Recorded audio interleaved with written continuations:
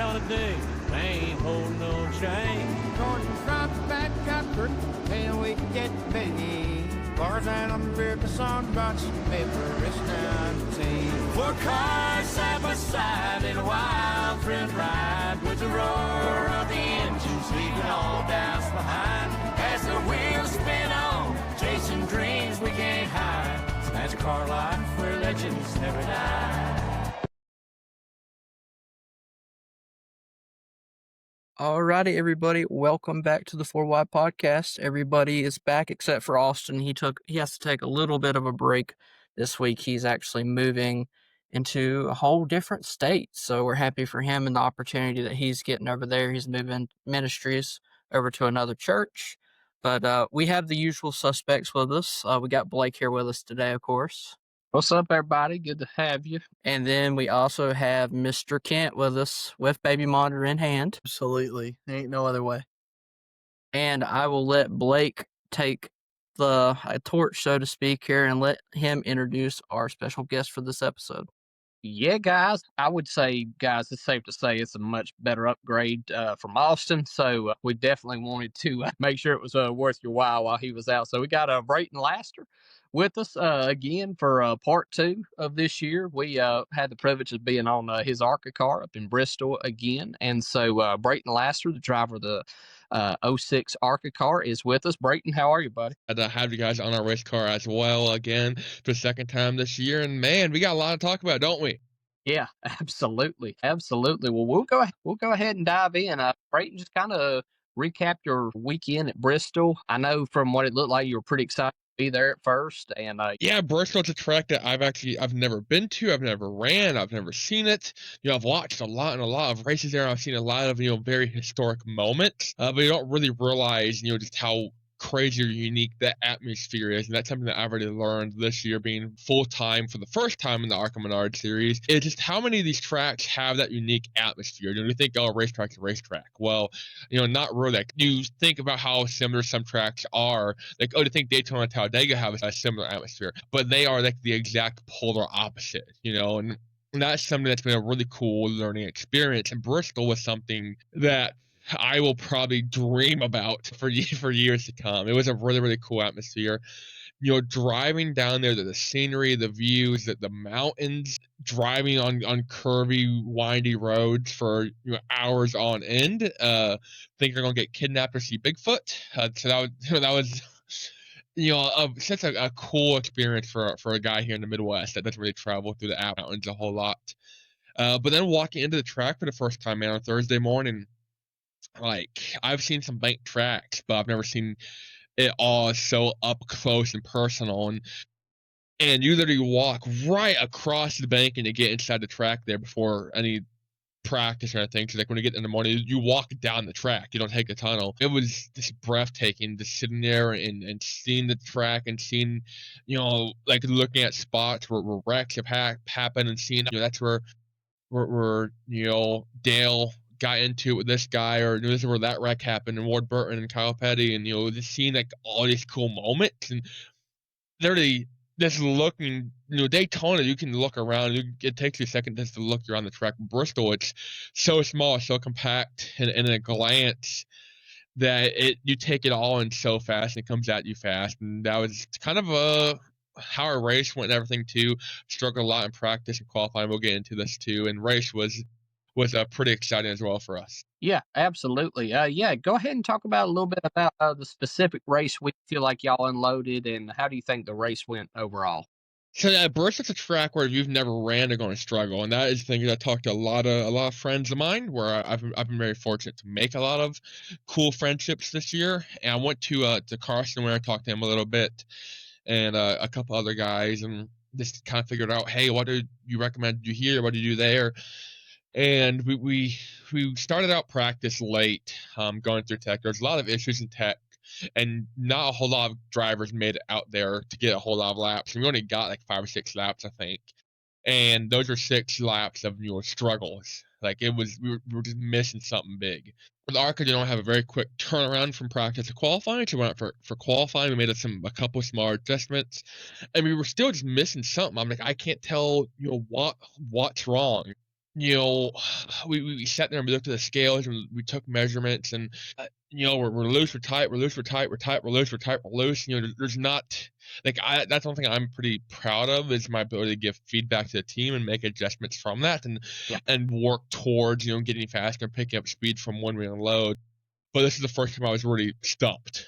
I really had nowhere to go just because it was nothing. The way the car was driving, the way the track was driving, was something I've never really experienced before in my over 200 starts of driving a race car. And so after qualifying, I was like, hey, I don't care what you guys do, just go big. Don't throw the kitchen sink at it, throw the whole bathroom. Throw the oven, throw the counter, throw the coffee mugs, throw the dehumidifier, throw the washcloths, anything you can find, just throw at it. Make it loose, make it tight, just go crazy. I don't care which way. Don't do smaller adjustments. I'm like, we'll make smaller adjustments in the race and we'll fine tune it there. And we start the green flag. We already were like 32nd or 33rd or something. We were pretty far back. And after a couple laps, we were on fire. Like we were hauling the middle. I was working the middle grooves, working the outside, and I think we got to 25th to 26th in just a couple laps, passed 4 or 5 cars really quickly. I just kind of got into a rhythm. At a track like Bristol, that's about all you can do is just get into that rhythm. Kind of found my spot, and with ARCA, we talked about it last time. There's a lot of different budgets. You got guys going really, really fast. You got guys going not as fast. You got guys going really, really slow. Normally, the guys going really, really slow, or it's a hazard, pull off after a couple laps. I'm not going to name names. I've been there before. I've been out there and like, hey, we're just terrible. Like, it's the point where we're getting, lapped every couple laps. We should not be out here. And I'll pull off. And there were just some guys, though, that made it difficult to pass or difficult to lap. Or to get around the track because we had our pack of 4 or 5 guys all battling for position that were a little off the general pace of the top 10, top 15. And we would catch guys that were, 3 or 4 seconds slower than we were on the bottom. And we're already stuck on the bottom, letting fast cars go by. And so it basically became a game of roulette between our pack of 4 or 5 cars that were all racing for, 22nd, 23rd is what we were actually racing for at the time of, hey, how fast can you maneuver through traffic? We're getting past, but we got to patch these guys in front of us. And it became a lot of 3 wide and places shouldn't go 3 wide. And so that was awesome. Most people say it was probably nerve-wracking. There were some nervous moments, I'd say, a couple, butt pucker, Zulu factor, oh no. We were kind of back in our rhythm, though. Second half of the race, like that 130, 140 or so. Going into turn 1, all of a sudden, steering gets real tight, smoke from the right front. And I was like, I don't know if we have a power steering line going, busted, or power steering pump going, awry, or tire going down. Not really sure. We came in. I'm like, I don't have any power steering. It could just be the tires rubbing something. So we changed the tire, went back out. Power steering wasn't fixed. They finally opened hood up. Oh, power steering line's busted. And I'm like, well, I can drive without power steering. And I'm going to go back out. And ARCA said that, hey, we're leaking fluid. And wouldn't let us go back out. And by the time we would have gotten a new line on there, got it in bled, the race would have been over. So ARCA, unfortunately, ended our day early for us. I believe it was top 30. I want to say 28th or 29th, if I had to guess. If we didn't blow that power steering line and coulda, shoulda, woulda, I think we could have easily been 20th or 21st. And that's about where the pack we were racing ended up. But it was a big blow to points. I do know that. Yeah, I got you. Well, hey, it's I think one thing that overall, I think that speaks volumes about you is your grit, your tenacity, and the never quit mindset. And so I just want to compliment. I think it's cool that keep on keeping on. And so I encourage you keep it up, man. It's you're fun to watch. No, I appreciate it. And that's a mentality you got to have if you want to compete at this level. You have to work for it. Some guys, they're not as hard.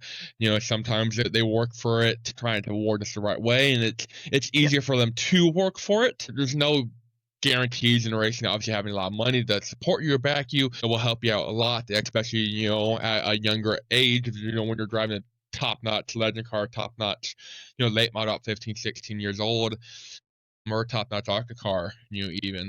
But there's not a lot of guys I feel like that make this level that still have a blue collar background necessarily. There's a lot of ups and downs, and there's people on Facebook and Twitter and or X and TikTok and Instagram every week saying, "Oh man, I'd win if you put me in that car because they won their league race on iRacing at Talladega. They think they're ready to go drive an ARCA car." And I tell people, I'm like, you're So are you more trying than to welcome. say I'm not ready I because hate to I'm an break it to iRace? I you. was kidding. Break it to you.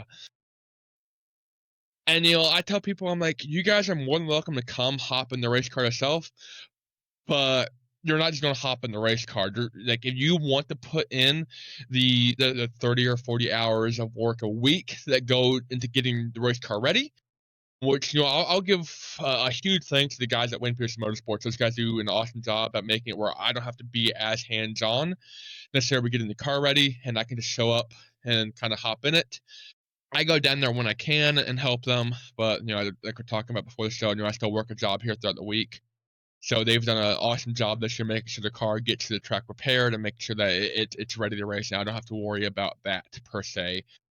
Huge thanks to those guys. It's mainly Nate and Rodney and a couple other guys throughout the year, but those are one full-time or one full-time part-time employee that we have down there at WPM. I tell people, if you want to put in the 30 or 40 extra hours a week that you have to take to go drive this car without bringing tens of thousands of dollars, have at it, knock yourself out. Yeah. But like, they don't, I think, realize how much work goes into just talking to sponsors, emailing people back and forth, texting people, doing social media, doing marketing. To do it right, to get the money to do it, it takes a lot of effort. Random podcast on Tuesday nights at 9:00 that we may or may not forget to go on. There's a lot of work that goes into it, and I don't think a lot of people realize that necessarily. And you have to have that never say never attitude, that never quit. So you gotta stay driven. I can just tell, like, with the email chain that you and I have had, I'm like, man, I can't imagine, like, with I know you try to get a lot of little sponsors too, like the amount of time that takes, man, I can't imagine, in addition to another job. So consider us not the keyboard warriors after you, for sure. And that's the thing is, like, every sponsor I try to make feel important. It doesn't matter if you gave me, $10 or $10,000. I try to make everyone included, make sure they get photos, I make sure, they get videos, I make sure the logo gets on the car, and it, I wish I would love it. Like, people say, oh, to get a sticker bomb, to got a million stickers in the car, the car looks ugly. I'm like, I would love to just have one sponsor on the car, that pays for everything and not have to worry about it. But I literally have a list every week of 30 or 40 sponsors that I have to make sure are on the car, they're taken care of. Some of them, they want activations on social media for other races or special endorsements. So there's a lot of behind the scenes there, and I try to make everyone happy. Yeah, absolutely, man. Well, I think you did a good job of it. I'll throw it to either Cole or Go ahead, Kent. Awesome. Bristol's it's just a crazy place. I went to my first race there, probably, I guess it was about 5 years ago now, for the All-Star race, back in 2020. And I just remember walking in and seeing that thing from the stands for the first time, just going, and I'm like you, Brayton, like I see it, and I see it for the history that took place. I'm thinking, man, that's where, Earnhardt got into Labonte, or that's where Gordon got into Wallace. Like, I'm thinking about all these things, and it's just such a cool thing, right? But as a driver, you talked about a little bit of that, what one might call the pucker factor. At Daytona, you have steep banking. You go into it thinking, if my car's handling right, I ought to be able to hold this thing wide open, maybe mid-pack. Maybe that's not the case, right? But, but you're kind of thinking, all right, I've got grip, at least at the beginning of a run, perhaps. At Bristol, what's it like driving into the corner, trying to maintain more speed than you've ever tried to maintain on a short track before? Because I can imagine that it's one of those deals where it's like it sticks until it doesn't, but if it doesn't, it's going to hurt really, really bad. So, like, what's the pecker factor there? How surreal was that to get to drive that place for the first time? Yeah, and that was something that I try to think of, like, what tracks have I ran. I've ran Salem, I've seen Winchester, which they're both high banked half miles here in Indiana.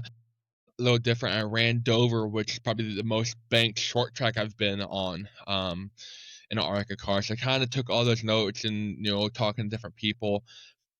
and it's a matter of you can't really ease into it, like especially practice. You got 34 cars on track.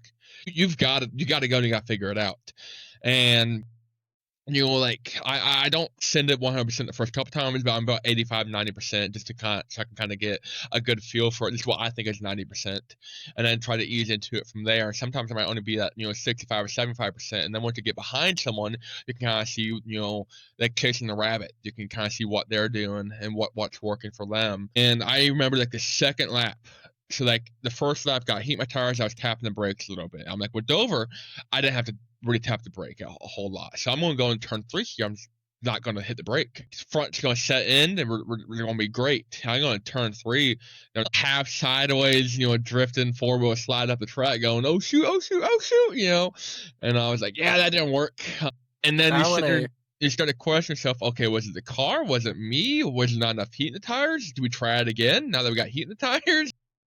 And it's just, like I said, it's trial and error. Will it stick? Will it stick? Will it stick? Nope, nope, nope. Yes. All right, stuck. And you just rinse and repeat, and you keep pushing yourself. And then during the race, it was super interesting too, because the track would change so quickly.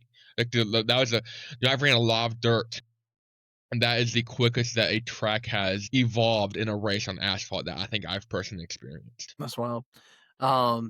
That's crazy to think about, trying to attack that place. And I had not considered, and you kind of answered this question. I was going to ask how, you talk about high banked, cement tracks, and I think of Dover and I think of Bristol. So those, as far as how you drive, obviously Dover is twice the distance of Bristol, a little bit wider, but do those tracks compare at all? Or is it just kind of like night and day? You just kind of ignore one as you drive the other? Like in the back of my head, I sit there and think about what I've driven before, and I try and look and see what parts are similar. And there's some aspects of the way to drive the car, and the car too. We change cars a lot. Like we don't have a set intermediate car. We don't have a set short track car. So the car itself will be different, and the setup, of course, will be a little bit different. And Dover was the big thing I tried to compare it to, because like Salem and Winchester can route the top here in Indiana, but Dover is a lot smoother than those tracks, and Bristol's a lot smoother, I think, too, than those tracks. So you try to wrap the bottom at both of them. At least that's the faster way around. And so Dover, I think, helped out a lot as far as getting used to it. Getting back on the throttle, and turning in. And there was one point where I found myself turning in like way too much. Way too early, way too much. I was like, okay, think back to Dover. I remember I started out practice at Dover. I was doing the same thing. I just had to like widen my entry and picked up 3 or 4 tenths. So that definitely helped out a lot. I think running Dover earlier in the year. That's awesome. That's awesome. Cole, what do you got, man? We often think of you as the driver, but one persona that I don't hear a lot talked about in regards to just even like most NASCAR drivers is their fandom towards the sport, because obviously you drive for the sport, so there is a love there.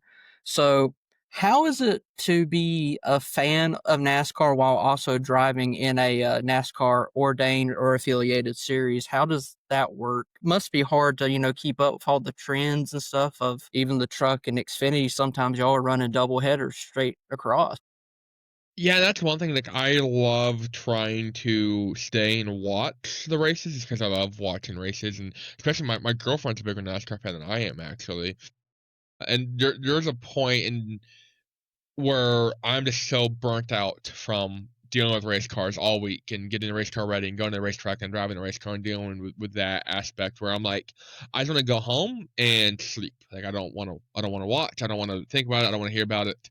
And so like I love NASCAR. I love the sport. I love watching. I love being a fan. Normally, though, I'm not able to stay for the races. Like, I didn't stay for the truck race. I was so exhausted after the ARCA race on Thursday. I'm like, I'm just going back to our Airbnb. I'm just gonna go sleep. And so it's definitely changed a lot, because last year I ran part-time. I ran 7 ARCA races, I believe, and so I could still be a fan. I went to the track a lot as a fan, but I haven't really gotten to experience that a whole lot this year, and that's a part of the reason me and Shelby, my girlfriend, talked about it actually at Bristol. the fan experience is completely different now this year than like it was different the last couple of years for us, but it's really different this year. We stopped on our way out of town. Actually, we stopped Friday morning, and they have gypsy tents literally all up and down the main street there, outside of Bristol. And I've never been in a gypsy tent, and I'm like, this is gonna be cool. I saw a guy had like a yard full of like sheet metal. I'm like, I'm gonna check that guy out. And like one gypsy tent became two, two became three. Next thing you know, we stopped like 8 or 9 gypsy tents. I bought like $100 worth of die cast. So that was a pretty cool experience. I'm like, this is neat, man. These are my people. Yeah, for sure. The ones across from Charlotte are really nice too. If you ever get the chance to go across there, they have a ton of stuff. The Bristol tents, I seen them because I was at the track Sunday. But the Charlotte tents, they go really far back, and there's even like a little trailer park where they do a little parking behind that, and it's a lot of the same people, but there's a few extra vendors there. So if you're looking for more diecast, I would know I'm surrounded by them in my room. I have way too many. I'm running out of space for every single one. I just got a Kligerman's Daytona truck this week, so that was pretty That's cool cool. ad.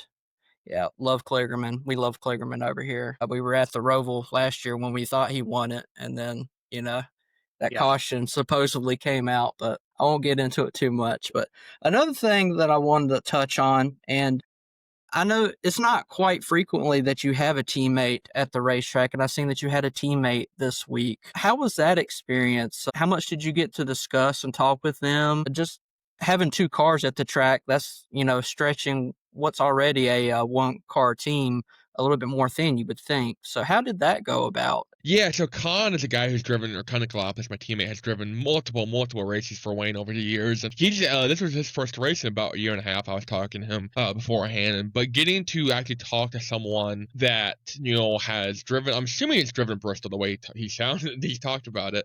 I don't actually know if he has or not, but I'm guessing so. And being able to talk to him and kind of figure out what he's doing and kind of share points back and forth, and also having someone there that can talk.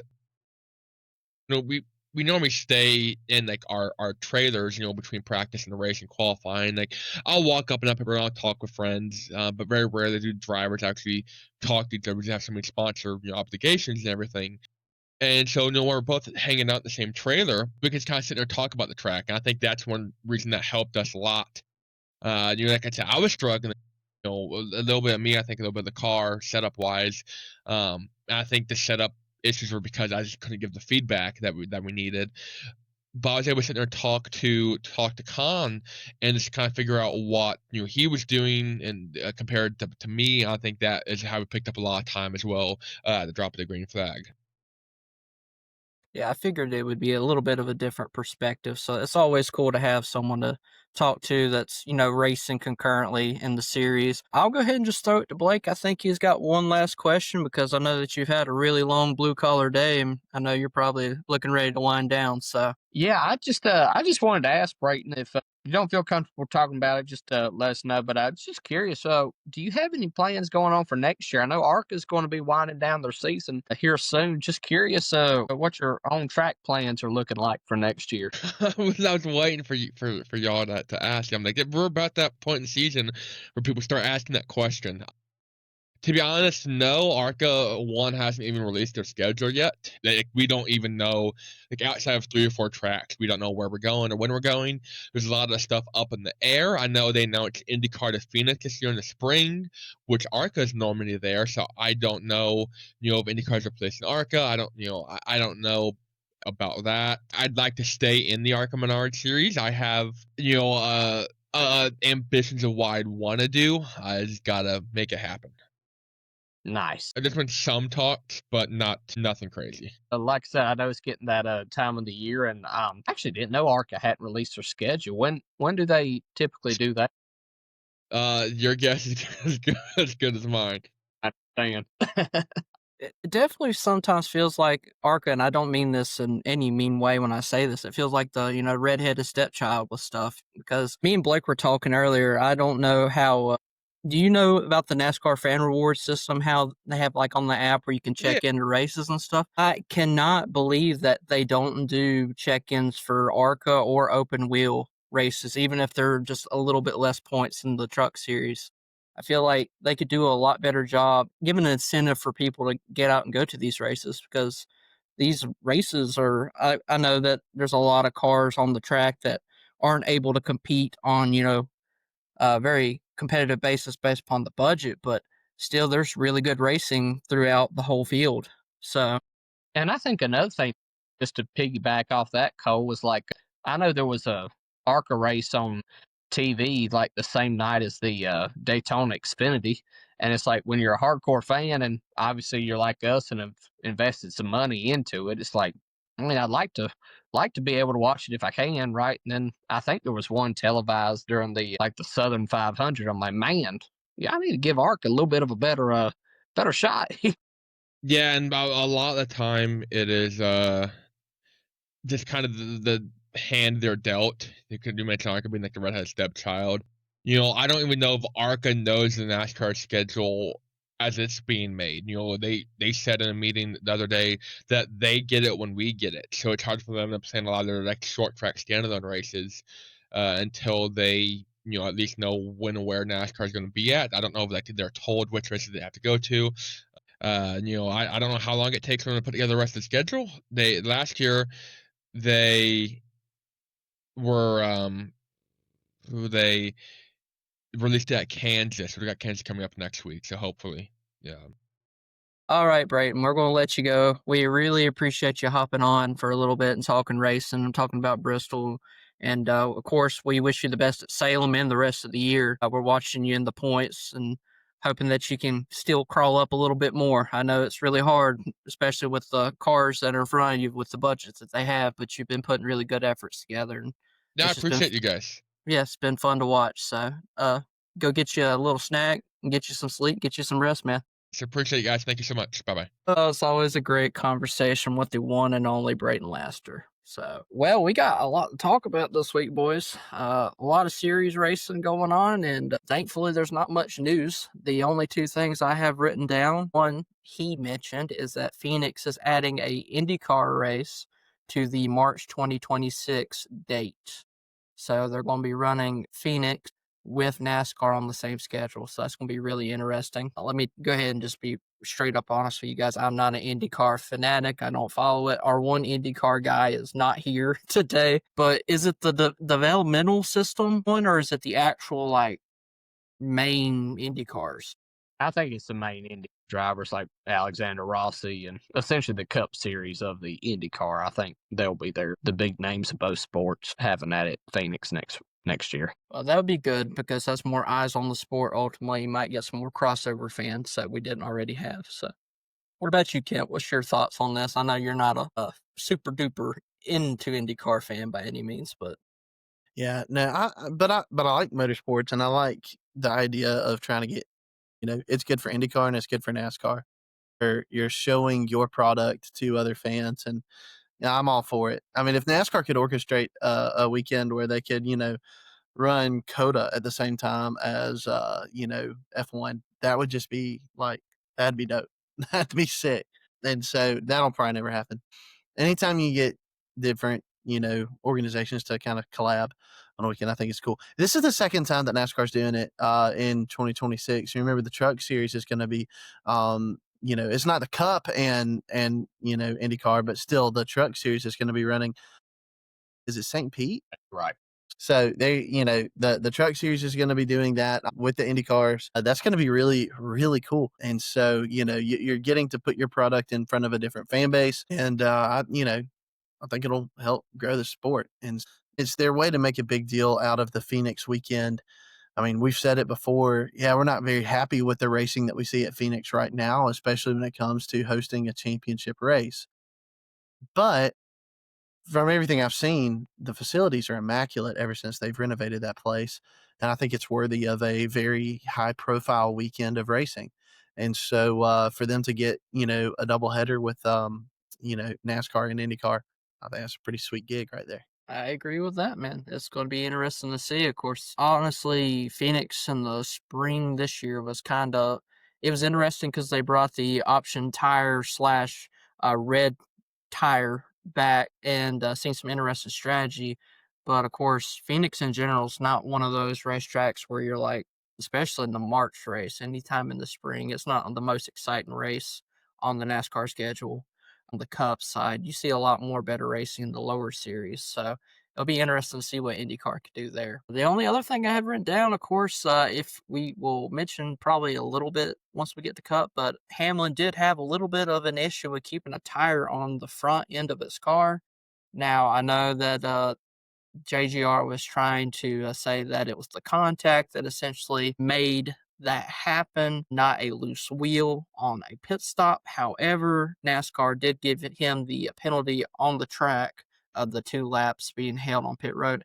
And today it was actually confirmed that 2 of the crew members of that team will be not able to be on the pit crew for the next 2 weeks. Watch for that. That may not seem like a big storyline right now, but the way that Hamlin's pit crew's been this year, having 2 people that's probably either they're going to borrow from another team that's not in the playoffs, which, I mean, you think about it, 3 of their drivers are consistently in the top part of the playoffs. Christopher Bell, they're the only ones that have won in the playoffs so far in this round. You got Briscoe and Bell and Hamlin. Briscoe might win New Hampshire too, if anybody remembers how good JGR is. But any thoughts about this? I kind of felt like it was a little up in arms because you didn't know if the contact was actually the reasoning behind it. I got the 2 laps on, of course, on race day when it happened, but I didn't know if they were going to follow through with, the,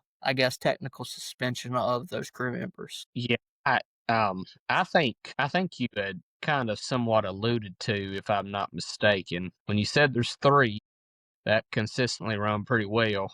I think it probably wouldn't be a bad idea if you are Gibbs, is like, hey, what can we take off that 54 car to help with the 11 car for at least the next couple of weeks, right?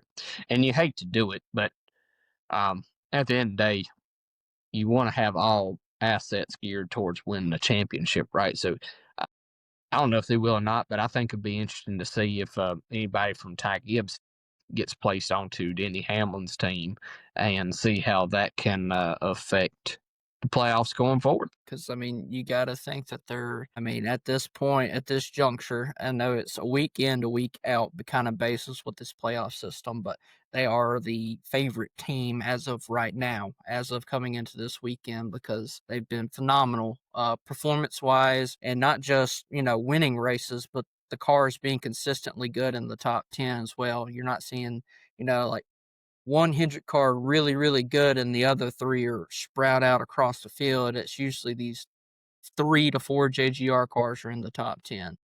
Yeah, and even saw it on Saturday night. I mean, like, Ty Gibbs arguably had his career night in Cup. I mean, I know he didn't win. Should he have?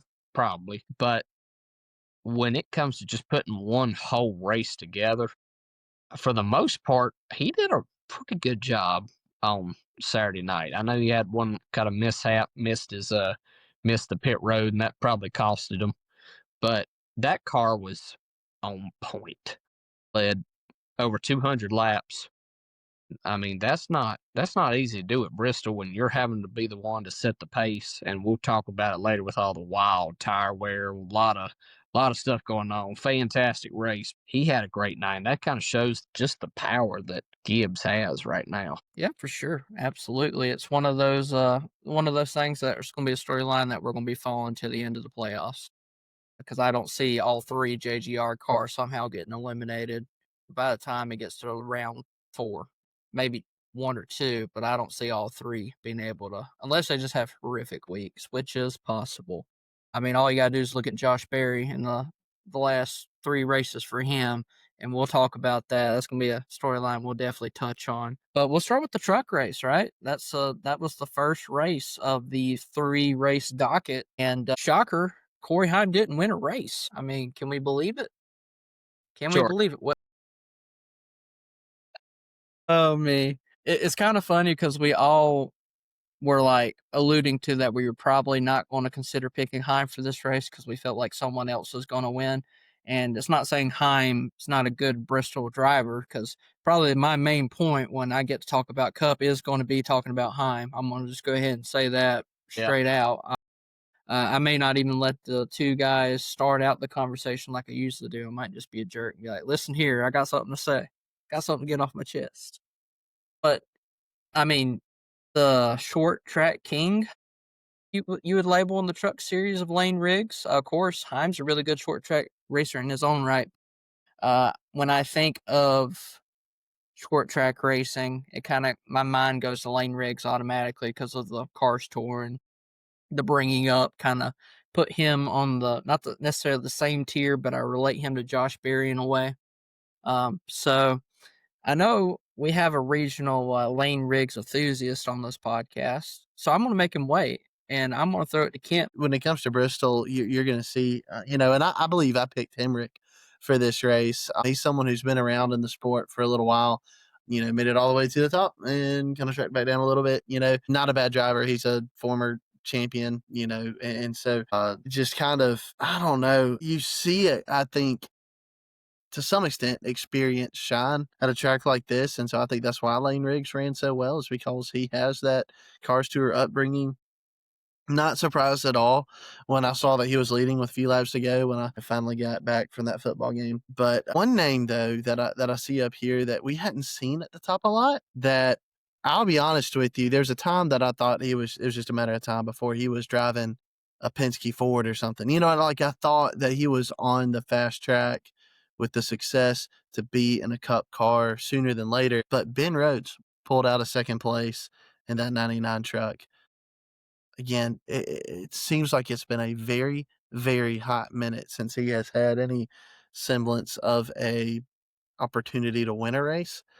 And it's cool to see his experience kind of show up in this moment. I think we all can remember the championship interview of Ben Rhodes just completely toasted. I mean, nuked. He was gone. And, I think there's a part of us that thought in that moment it's just a matter of time before he gets the Cup. But here he is, still in the truck series. So I don't know. It was, it seems like it was a good race. I did expect Corey Heim to find a way to win it, but yeah, I mean, Corey Heim didn't win, and Connor Zilisch didn't win. So it's a weird weekend for those two series. Pretty weird weekend, but yeah, I think my biggest takeaway from the weekend was seeing Ben Rhodes actually compete for an opportunity to win a race. That's a good point, too. I mean, Thor Sport in general, they've been really off this year. I don't think it's necessarily his fault by any means. It's just they've not hit. I mean, Majeski literally won the championship last year, and we've not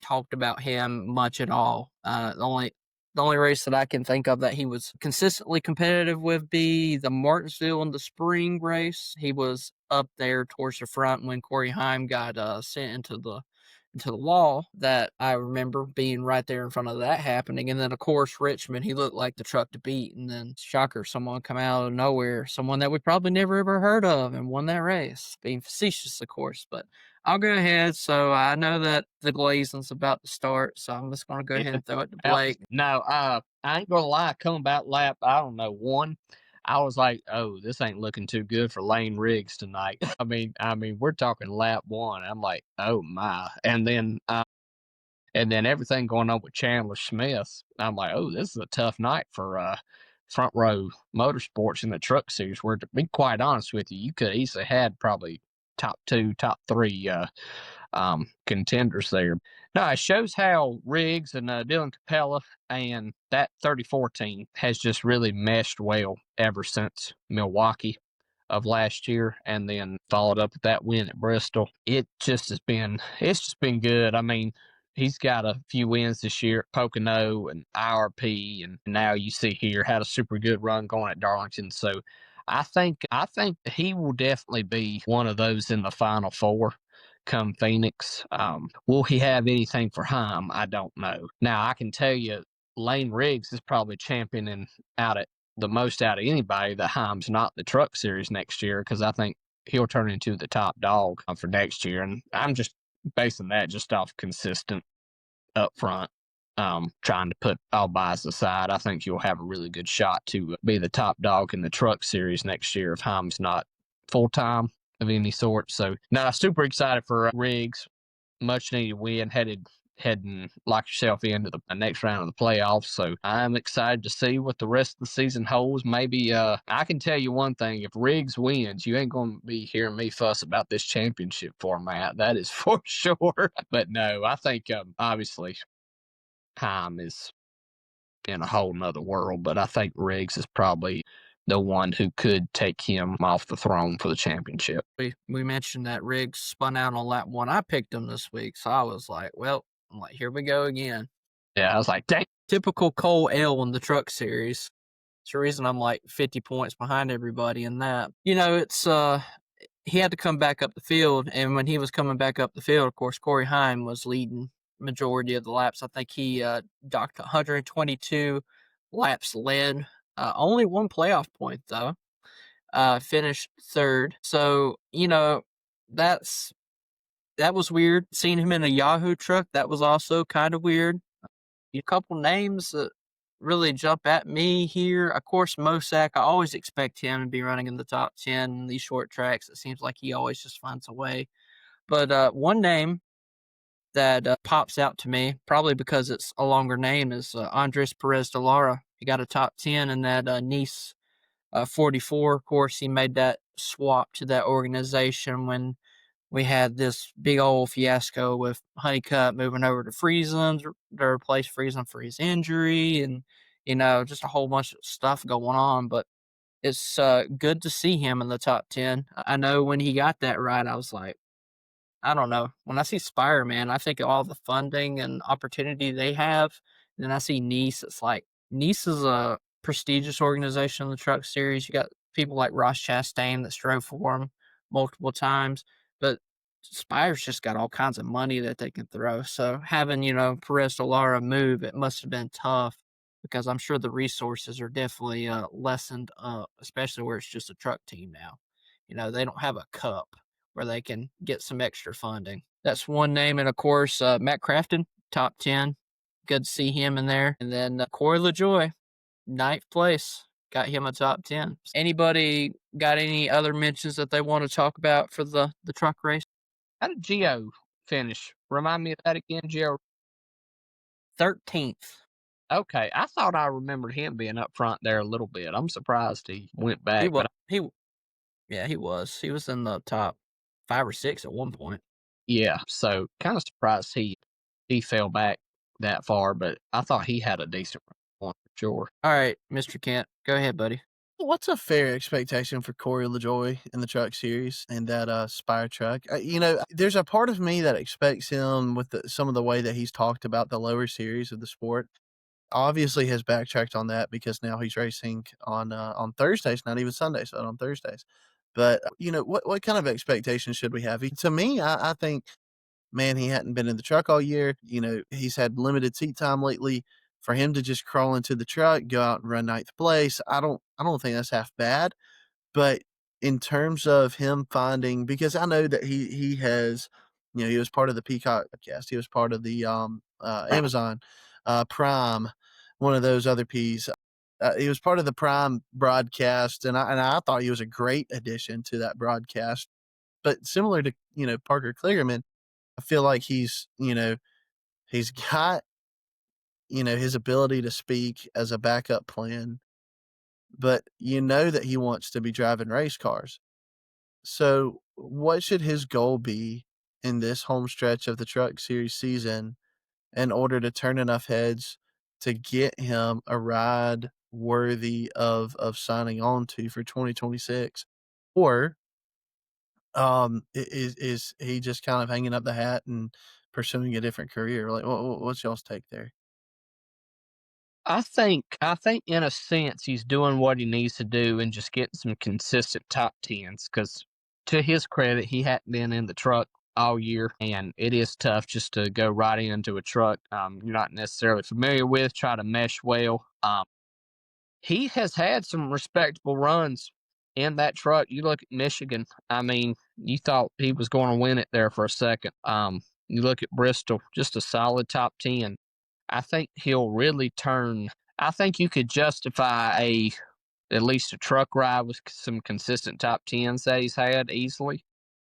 I think if he could shoot for some more consistent top fives coming up, I think you would see I think you could see a potential of like, okay, maybe keep him in that Spire truck for next year. And then if you just continually working up, I mean, he's going to find a win, or a win's going to find him regardless, right? And I think too, he might need to potentially adjust himself to, whereas cup races are so long, you just try to get a lot of good long run speed, but your long run speed in cup might be what the whole race is for the truck series, right? And so I think maybe adjusting to, you've got to just go at it 100% right from lap one. That might be a thing going on with him. I'd be curious to see if anybody asked him that. But I think if he kind of made his bed in the truck series, I think that would be good. I think that could help rejuvenate his career a little bit. And honestly, I wouldn't mind personally if, growing up you had your Mike Skinners, your Ted Musgraves, your Matt Craftons still. A lot of those guys just kind of made that living in the truck series and help give that a name. And so I think if you did have somebody like a LaJoy who could make amends with that series of not criticizing the fan turnout and stuff like that. I think once all that's kind of already pushed, I think you could see where you could justify a career in the truck series and doing some TV on the side. I wouldn't mind that. I think LaJoy really would be good for the truck series. I think that with everything in me. I mean, you could even add him to the truck broadcast while he's driving. If he does a part-time kind of deal thing, throw him in the booth a little bit, maybe move some commentators around, just do a little reorganizing. I feel like it'd probably add a little extra spice to that broadcast, because they do a great job bringing people in like Joey Logano. They brought in Harvick both for this race. It was really insightful to have them, where I think Michael Waltrip was out doing some activation for his companies that he owns. So it was really cool to see. But I do agree that I consistently could see him in the top 10 being in the truck series, especially if he's got that funding behind him of the Spire, because there's no doubt that Spire has it's not an unlimited budget by any means, but they have a really good budget compared to some of these other teams, like a Stuart Friesen's team. They're not going to be able to compete with someone like a Spire that's got, so much funding coming from like Great Gamebridge and all these bigger companies.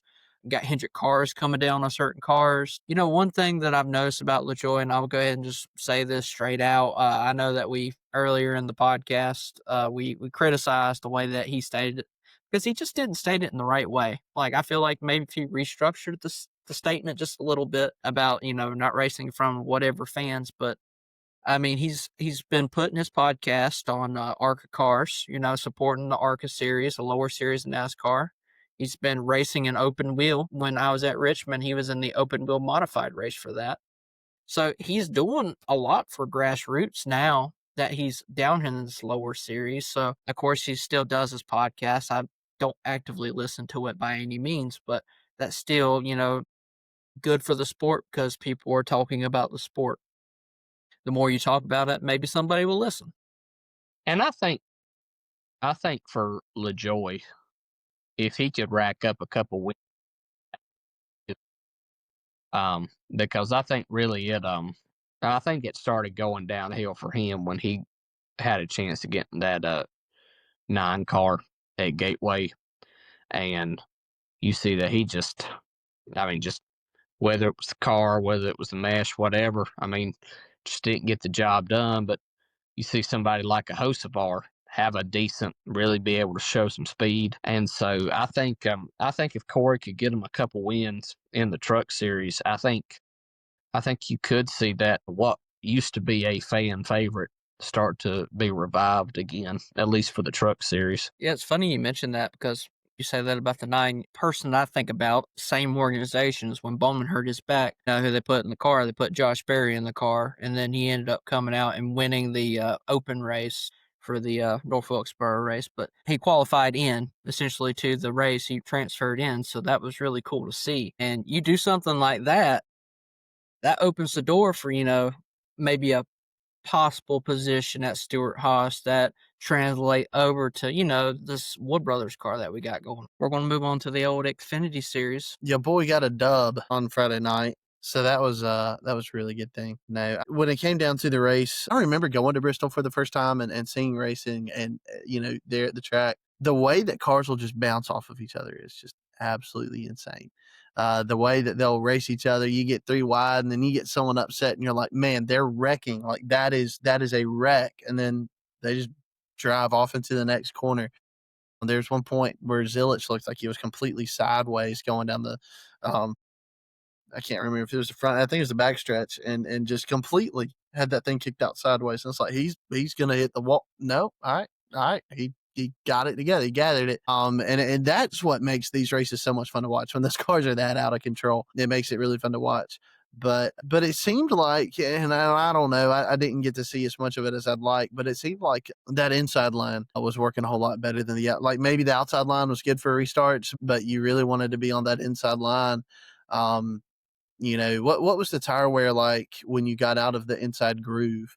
Did it hurt your tires a lot to be out of that inside groove? Was there a benefit in saving your tires if you were able to ride around the inside? What was kind of the vibe with that situation? It looked like, at least with the in the latter part of the race, it looked like that high line, with just the sheer inertia that you would have coming off the top line there, it was kind of tough for new tires to be able to make it up. I think of like Connor Zilich on one of the last few restarts, had some brand new tires, but was just struggling.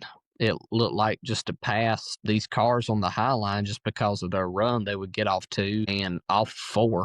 It was almost like older tires on the high line was better than new tires on the inside line, just from what I saw. So don't know how I really feel about that, but it was definitely made for some competitive racing. The whole restart thing, it was the same thing through all out every series. You start on the top on the restart, you're going to get the jump, and you're probably going to be in the lead by the time you get to probably even turn 1 or 2. You could probably be leading. It's outrageous of a jump. Now, of course, you will try to get on that bottom line as quick as you can, because it seemed like that top would just eat up what they had. Now, the tire wear, of course, was not as egregious as it was during when we talked the Cup race. We'll touch on that here in a little bit. But you definitely seen teams roll the dice and get some new tires to see if they could work their way up. And they were able to work a little bit, but I mean, ultimately, it just seemed like track positions are king when it comes to those restarts. So, Aric Almirola catching the win. Great for him. I mean, you got to think he's got to be one of the ones to beat anytime you're going to a short track, especially in these Xfinity cars. It just seems like he knows how to drive these Xfinity cars really well. And it makes me wonder, what he could have done if, Cup was running a similar kind of package the whole entire time he was up there, because he's been just anytime he's been in the car, even against a Zilich or somebody like that, he's been up there. He may not be winning, and ultimately what it was a a toss of the dice, right? For Aric Almirola, he decided, as a driver, I'm staying out on the racetrack when all the other drivers came in to pit, and his quote after the race was, "I was getting tired of losing," so he knew he had to do something different. Even though, his crew chief actually told him to come in, he just completely, as the driver, he just said, no, he's like, I'm not losing it like this. And sure enough, he stood to his guns, and there he is winning the race. So talk about that. That's got to be a gutsy call. Of course, he's a veteran driver, but still. So how awkward is that post-race conversation, right? Like, there's got to be a little bit of this dynamic of who's in control of the race strategy. Is it the crew chief or is it the driver? And ultimately, it comes down to the one who is making the decision with the wheel in their hands, right? But for Aric Almirola to do that, he puts himself in a place where he can really get chewed out if it does not work out for him. That's a car that, of course, is not running for driver points, but I'm sure that they're running for those owner points and trying to win an owner's championship with that 19 car. And so the crew chief's kind of got to answer for that. But man, he stuck to his guns and he got it done. So of course I don't have a problem with that, because guy got me a win. So I enjoyed that aspect of it. But yeah, I feel like if you're gonna do that, you better win. If not, that's a trip to an office that you don't want to sit down in and have the kind of conversation that leads to. So hats off to him. What about you, Blake? Yeah, I'll echo what Kent said. I mean, just attribute it to his veteranness, if you will, and And I mean, he obviously made the right call. I mean, that high line, and honestly, Zilich could, the other lap cars just, they were just consistently in his way. I mean, it's either they were on the bottom line and high line, and so that obviously takes away really much any lane, right? And so they held him up, and it worked out in Almirola's favor. I mean, mentioning the owner's points, that car currently is 63 points down. They're fourth. Of course, you know who's number one is the 88 car because, I mean, they've won with Kligerman, they've won with Larson, they've won with Zilich. And then you got Allgaier, and then you got Sam Mayer, who's had probably one of the most consistent years. If you're not talking about Zilich, I mean, he's been under the radar. He's not winning the races, but he's been in the top three for, an organization that, I mean, you would think it's probably going to suffer at this point, but they've come out swinging. But that kind of transitions over to who I want to talk about is, dude, Sheldon Creed.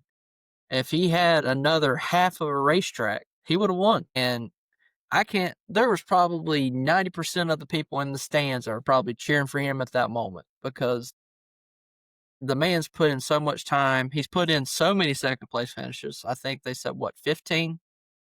Is that correct, Amundo? Yeah. That's got to be a record in itself. That's crazy. And if he had another half of a Bristol Motor Speedway, a cookie shape, part of it, just cut a little cookie portion, he would have won that race. And the celebration would have been amazing. But yeah, just talk about that. I didn't see that coming. I know Sheldon is really good at these short tracks. I mean, I think of him being, punted a couple of times, maybe once by, a teammate, getting into a teammate at a short track.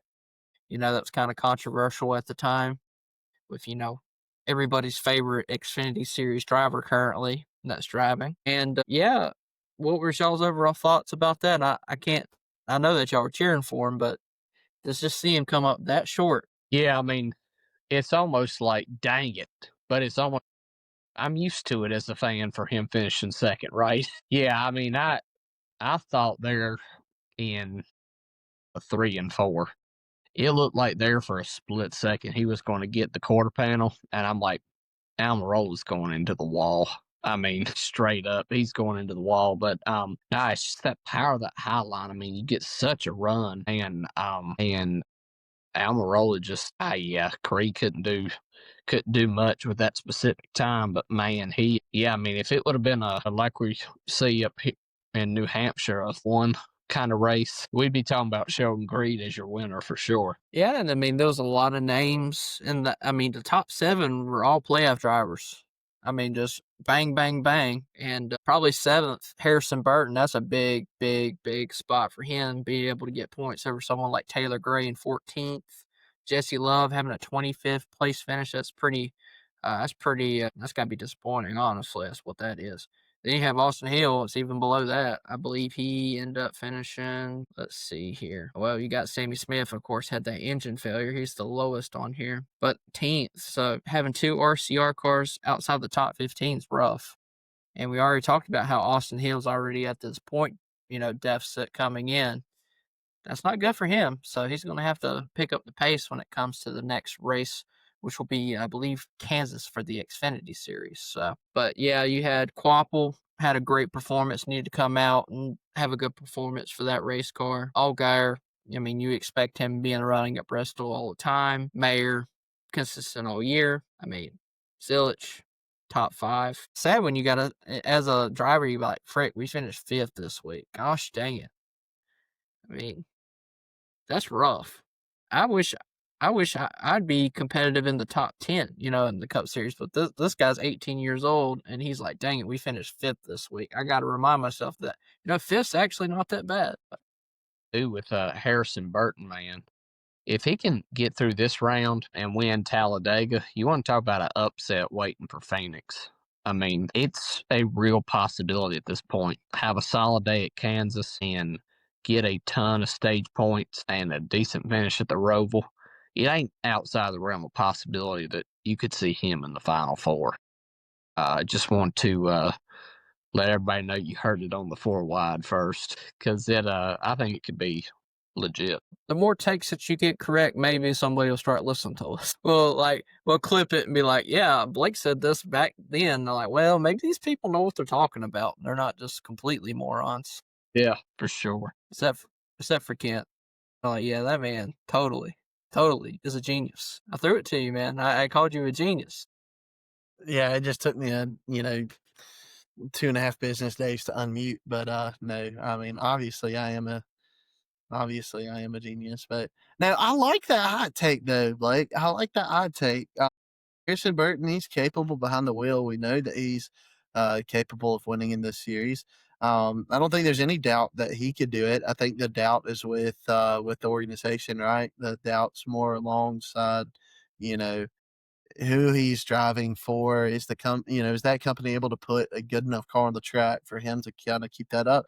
And if Bristol says anything, the answer is yeah, perhaps they can put a product on the track that will allow him to advance. He's 9-2 the good right now. And when I look though, and this is, I don't think he's racing against the guys who are. I mean, I see 3 guys that are below the cutoff that I would put them ahead of the cutoff when everything's said and done. But that's Sammy Smith, Austin Hill, and Jesse Love. I don't see them staying below the cutoff. And so it'll be interesting to see. I think he's racing against guys like Sheldon Creed, Taylor Gray, and even Brandon Jones. I think those are the ones that he's trying to stay ahead of. But if he can do it, if he can put some good races together, I think stage points are going to be key. But if he can do that kind of stuff, I don't think that there'd be anyone in the sport that wouldn't be rooting for that to happen. For sure. Now, I know everybody likes to talk about Cinderella stories and March Madness, but honestly, NASCAR fans are big proponents of that too. Is when you see someone like Chase Briscoe and a Stuart Haas car fighting for to win against Kyle Busch, at the Southern 500 last year, there was not a soul that probably wasn't cheering for him, other than Kyle Busch fans, because they're like, "Please get in victory lane, please." And we've yet to see it. Jeffrey Earnhardt, I mentioned he finished 27th. Of course, that's not a great finish for him, but it was good to see him. It's always cool to see a Earnhardt in the sport. So, cool story. So I got to meet Jeffrey at Talladega last year. Awesome dude. His family owns a barbecue restaurant in Georgia called Zeb's Barbecue. And if I walked out my front door and I threw a rock as far as I could hit it. It is literally just right down the street from me. Dangerously close because I find myself going there way too often. So, hey, look, if you're in the North Georgia area, anywhere around Athens, look up this little town called Danielsville. And in it, there's a place. I mean, it's a shrine to Dale Earnhardt. You walk in, there's autographed memorabilia all over the place. And then a lot of Kerry Earnhardt memorabilia, of course, Dale Jr. stuff and Jeffrey Earnhardt stuff. But their relatives run that place. Great environment. Gotta plug it. Who knows? Maybe we'll be able to use some connections and get Jeffrey on here one of these days. That would be pretty sick. But anytime I see him at the track, I'm pulling for the guy because it's always good for the sport. Like you said, when there's an Earnhardt not only racing, but an Earnhardt succeeding. Y'all remember when he showed up to Talladega in that CR3? Yeah. And almost got the job done. Look at that. He got it. He got it. That's what I'm talking about. That was sick.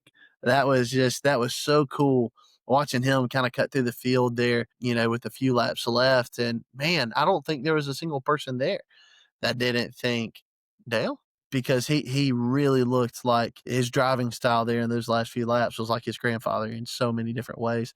So would love to see him get more opportunities to race, especially in good equipment. But, it's always good to see him racing. But I had to plug Zeb's Barbecue. Got to plug them when I.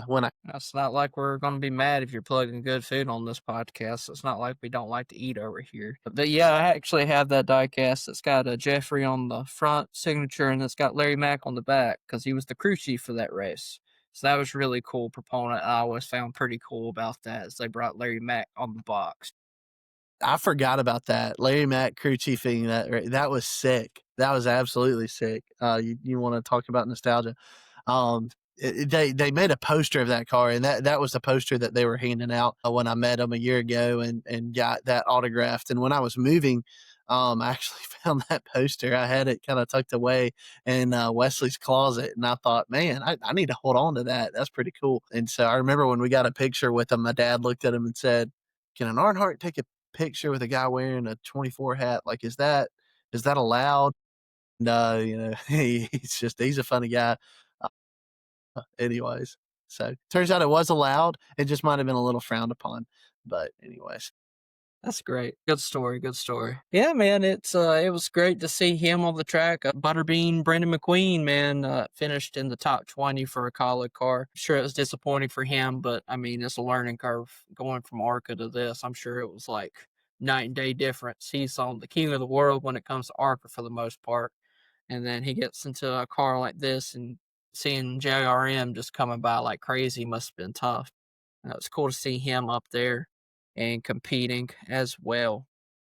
But other than that, unless you guys have any other things that you want to talk about ARCA, we will probably move on to Cup. Don't look like it. All right. Well, before we get to the craziness that was the Cup race, I believe Blake wants to talk to us a little bit about our partner that we are partnered up with here, the name sponsor, the Grand Salami, the best catering in the land. Yeah, just throwing it to Blake here.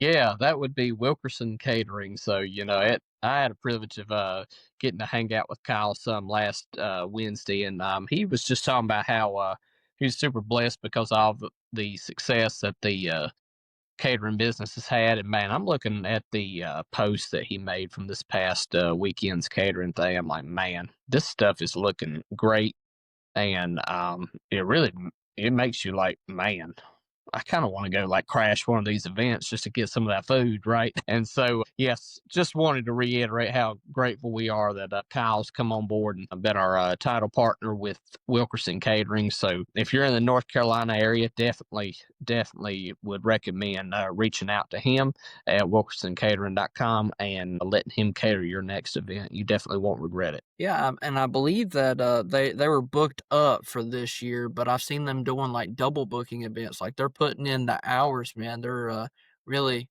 really doing great work over there. And I believe now he's actually helping teach a culinary school. Was it VGCC Culinary that I've Yeah, seen online? yeah, man. Well, so he's done that for probably going on a couple of years now. But man, it super good chef, and obviously you can see that, and definitely a very well-rounded chef as well. You see some of the plating that goes on there, and it's top notch. So definitely want him for your next catering event. We need to get him to go on MasterChef or something, man. We need to push him. We I need to be like, all right, listen, man, we got to send you off. We'll figure out what we need to do. You partner with us, so we're gonna figure out what we need to do to get you up there. I mean, some of the stuff that he's cooking, I'm like, you put it up to like you know, they always talk about Gordon Ramsay's like Wellington. That's like his grand thing. You look at some of the stuff Kyle makes, man. It's like you, some of the stuff he makes, I definitely want over a Wellington, but that's just me. Honestly, you look at some of the volume on some of those posts that he does, just the sheer amount of like hors d'oeuvres, the amount of sides, the amount of meats that he has. It's just like wow. I mean, the amount that he puts into that, just being a grassroots catering kind of guy too, definitely shows the kind of effort that you're going to get with your event. I can hear Kent's stomach growling from here, and his mic is muted. That's how good Wilkerson's Catering is. So I'll make sure that I put all the, if you want to reach out to them, their information is always in our description. You can go to their Facebook page, and I mean, all you got to do is click on our description, our podcast. His link's always there.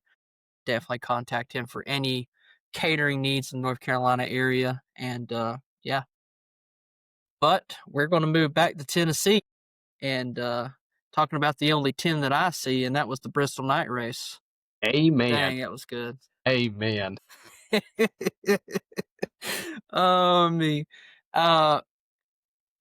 Genuinely, I'll say two things, and then I'll throw it to these guys. First of all, I know that Bubba Wallace wrecked out of this race, and he was having a phenomenal race, but having Corey Heim in sixth place, finish sixth in this race, speaks volumes about how prepared that he is to move up to the next level. I know it's a one-off race, but you got Zilich, who has been in, the Cup car a couple of times, and he's done well on the road course races, of course, and of course had the coda problem, I do believe, that took him out of that race. But man, just seeing Heim up in the top 10, honestly, at the end of the race, it was really hard to follow strategy at all at the racetrack. Blake was pretty much plugged into the headset pretty much the whole time, and he still had a hard time trying to keep up what was going on in front of us. Yeah, yeah, most definitely. But it was really cool to see Corey Heim in that top 10 and showing how prepared that he is to make that leap to the next level if somebody is willing to give him the opportunity to do so. Especially when you got someone that's in a 2311 car that's how many top 10 finishes does Riley Herbst have this year, Blake? Probably the same amount that Corey Heim has this year. I know I sent you that stat, but I can't remember. Let me look that up. Let's see. No, you're right. That's Corey Heim now has more top 15s than Riley Herbst this season in just his fourth start. And one of those races, I believe Heim actually wrecked out. He was driving the Eric Church Chiefs car, and then he wrecked for whatever instance it was. So that was a DNF. So out of those races, that's just crazy to me. And I won't speak anything because I obviously am not a high NASCAR executive, but numbers speak for themselves sometimes. So it'd be interesting to see what goes from that. But I just wanted to mention that. And number two, I know Blake's going to talk about it. I mean, it's pretty much his whole big shebang here about tire wear and whatnot, but there's little moments I've ever been to a racetrack where I turn around and me and him are both genuinely just smiling and we give each other a high five because we were so worried about how bad this race was going to be. And then just to see the insanity that ensued in those first 35, 40 laps was outrageous. So best NASCAR fan rewards tickets I've ever had, mainly because I believe that's the only ones I've ever had for Cup. But it's going to be hard to beat that. Let me go ahead and just tell you that. So I'm going to throw it to Blake first because I know Kent had a few things going on that may involve a little bit of college football. So I'm going to throw it to Blake first and let him talk.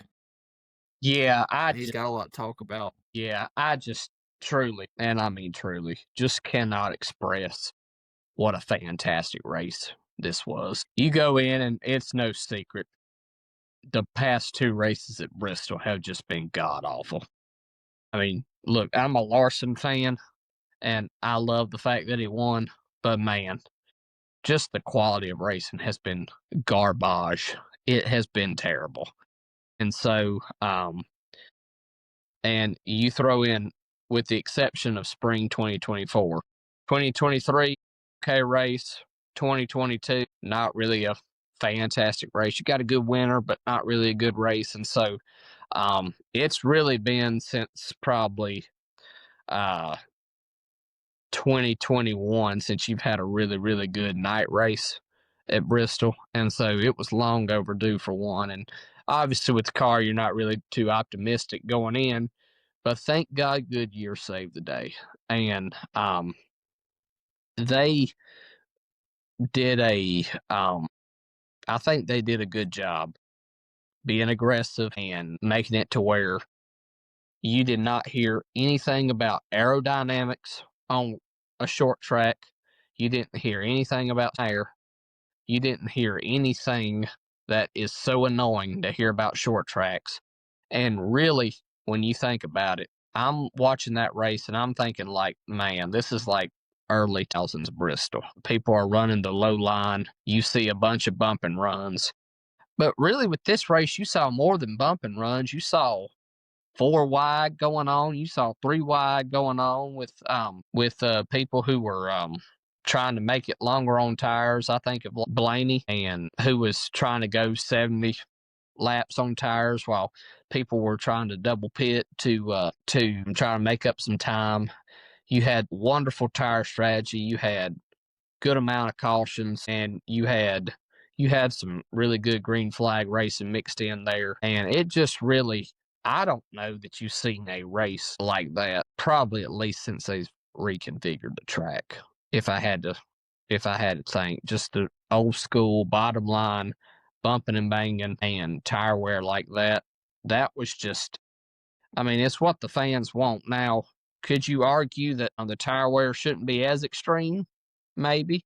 I think that might be fair, but I ain't going to criticize it. I mean, on short tracks, we saw bump and runs. Clean air really didn't play a factor, and you saw some guys get kind of irritated with each other. You saw a lot of beating and banging, and there was a punishment for the driver. If you missed the corner, you went down 2 or 3 spots. I mean, it's everything that you'd want in a short track race. Never really saw the cup cars for a legit points race on the concrete at Bristol. Cole and I been to the All-Star race, but you can't compare 40, or well, I guess in this case, 39 cars versus 20 on the track. It just gives a whole different feel. And I think the crowd started to get a little bit more and more electric as the night went on. It was awesome. You didn't know what was going to happen. You saw a lot of passing. To me, it was your perfect short track race. I loved it. I would submit it was probably the best short track race of the year, in my opinion. That's a lot coming from a guy that was like North Wilkesboro's king for a majority of the year, kind of. Then we had Richmond. Richmond was really good. And then it's like, they might be figuring this out. Maybe they've got the blueprint maybe figured out, hopefully. Yeah. We have, one more. I mean, New Hampshire's kind of a short track in the way that it's banked. Now it's a little bit longer, but there's like one true like short track left, and that's Martinsville in the fall, right? And if they can nail that, I mean, majority of the short track races this year have been at least bearable or better, Yeah. They've not been this horrific thing that we've seen the last year. Last year, all the short tracks were like, oh, great, we're going to a short track. We're going to see the same crap that we've seen multiple times. Then when we got to fall Martinsville last year, we're like, oh my gosh, maybe they figured it out. And then they got to the Clash. We're like, oh my gosh, they got it figured out. And then we got to, they're like, dang it. Nope, no such luck. Yeah, you bring up a good point. There's been a good amount of short track races this year. But when you're looking at kind of whatever you want every race to encapsulate with, I think the Bristol night race is where it's at for sure. And yet there was still 20% of people that believed that it wasn't a good race. Wonder why. That's crazy. You can't say it's because Denny Hamlin won or someone that no one liked won, because Christopher Bell, I mean, you may not love him, but most people don't hate him. And he's saying, I'm gonna be straight up honest with you guys, Christopher Bell's saying literally all the right things when it comes to media. And I'm not saying like he's saying it to please. It's just like anything that he says, it's like majority of the NASCAR audience agrees. Wants a full season playoff system, with the points and everything. That's a big thing for a lot of people.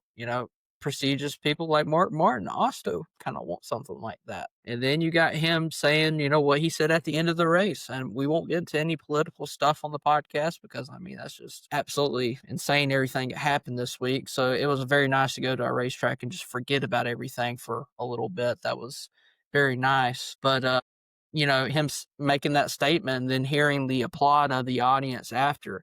I mean, the man's he can't do any wrong. And I remember back in the Xfinity series, it's just something about him that I didn't like. I don't know what it was. I could never put my finger on it. But now, like when it's Cup, it's like, how could you hate this guy? I mean, just genuinely seems like a nice guy, dirt track racer, grew up doing dirt track racing majority of his career. And maybe it's just because he won all the time in Xfinity, because when he was driving Xfinity, he's putting Zilich stuff together. Not nearly at the clip that Zilich is this year, but the guy that he was competing for majority of the records, that was Christopher Bell. So I'm going to go ahead and throw Ken in here. I know he didn't get to watch all the race, but I'm sure he caught at least a little bit of this absolute madness that was going on. Yeah, I caught the madness of Rocky Top crumbling there at the end of the Georgia-Tennessee game. Beautiful, beautiful sight to see. Fans wearing orange, just absolutely gutted and heartbroken, is a wonderful thing. How about them dogs? Anyways, did get to watch a good bit of the race, especially there at the end. I'll echo everything you said about Christopher Bell. Just class act, even down to what he said at the end of the race. You know that that's not just something that he was doing to try to get a crowd excited.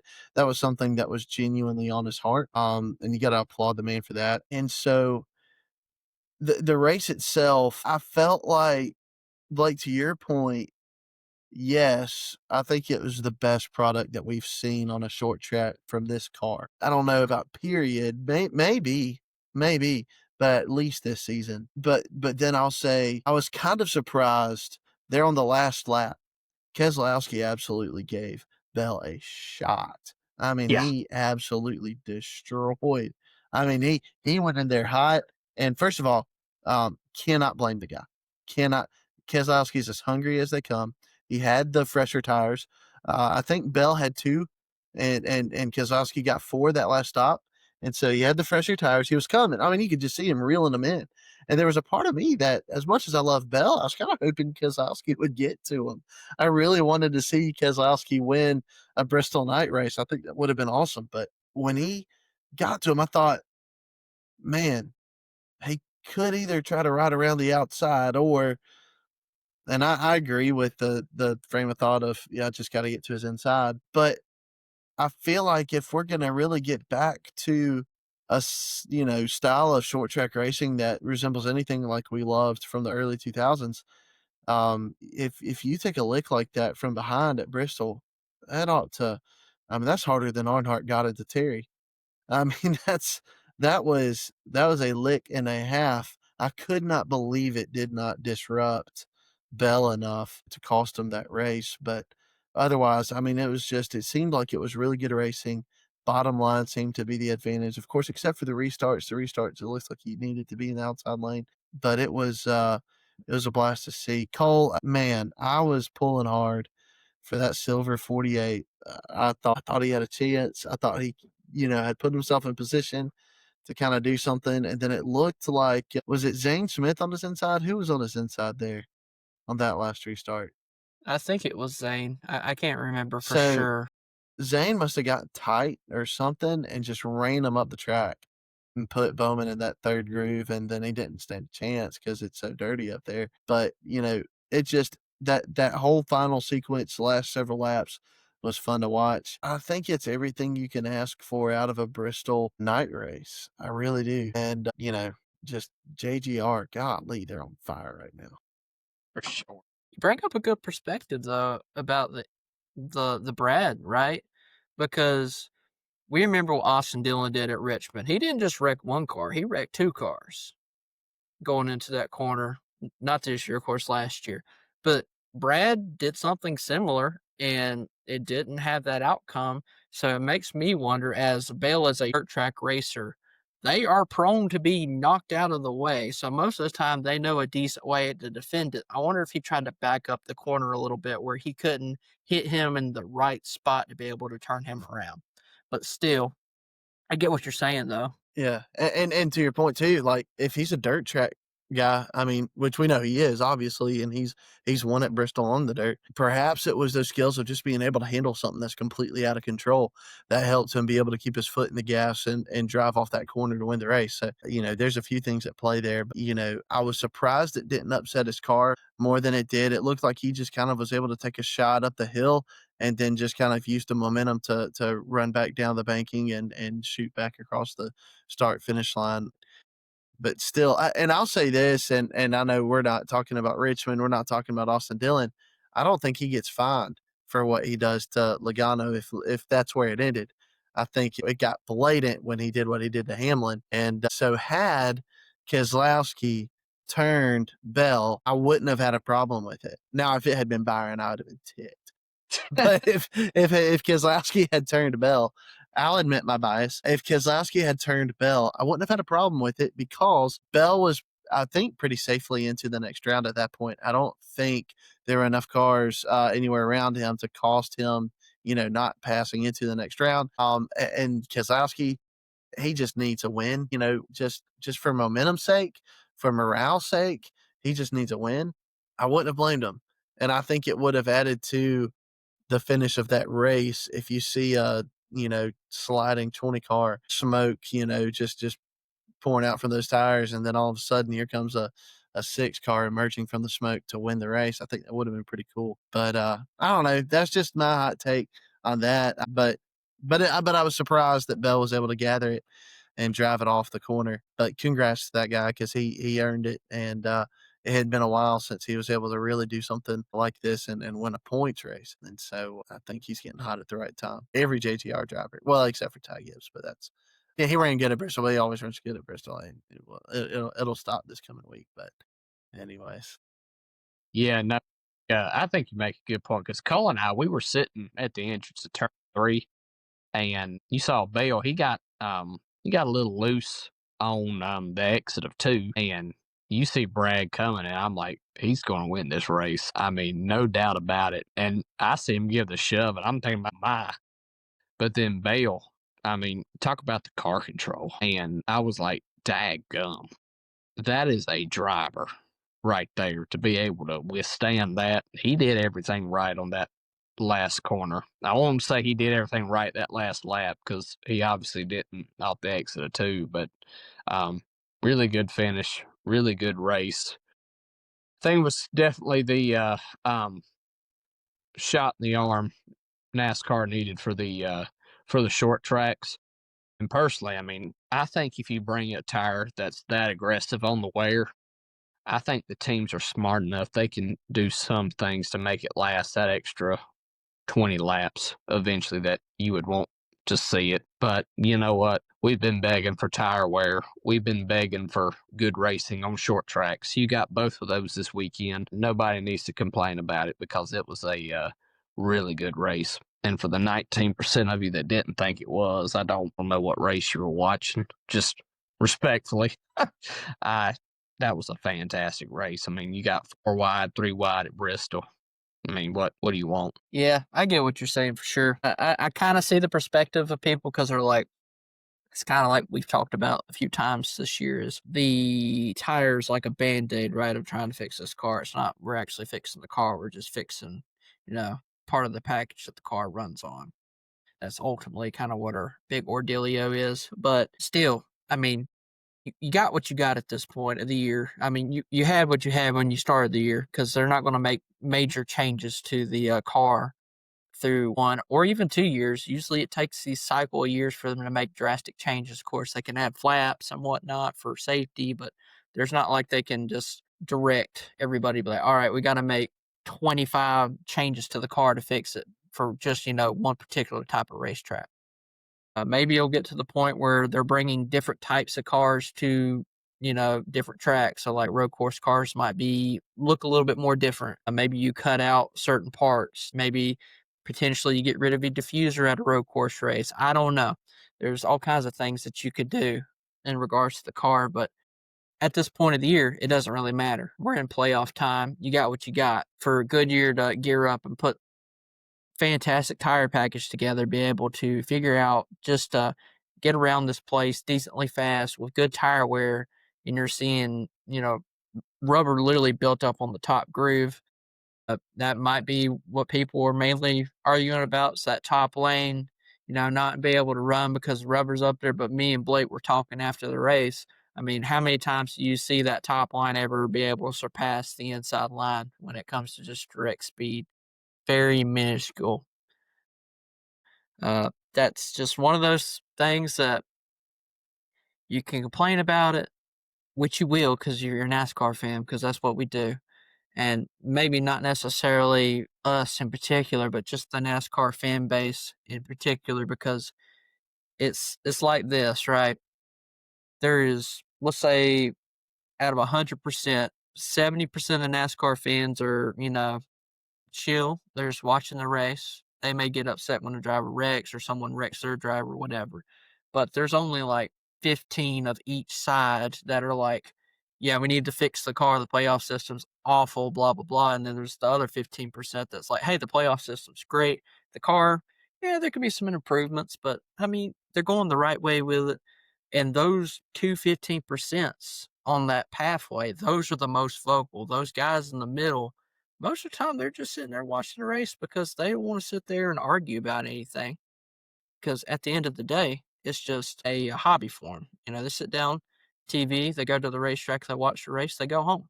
And then it's a way that they can escape, where other people make it like their whole entire personality to complain about stuff, especially on social media. That's where you see it the most. Yeah, I'm talking about you, Twitter. That's my rant. Alrighty. Well, if there's anything else you guys want to talk about before we conclude with this, I mean, Bristol was a fantastic race. Me and Blake had a fantastic time attending the race.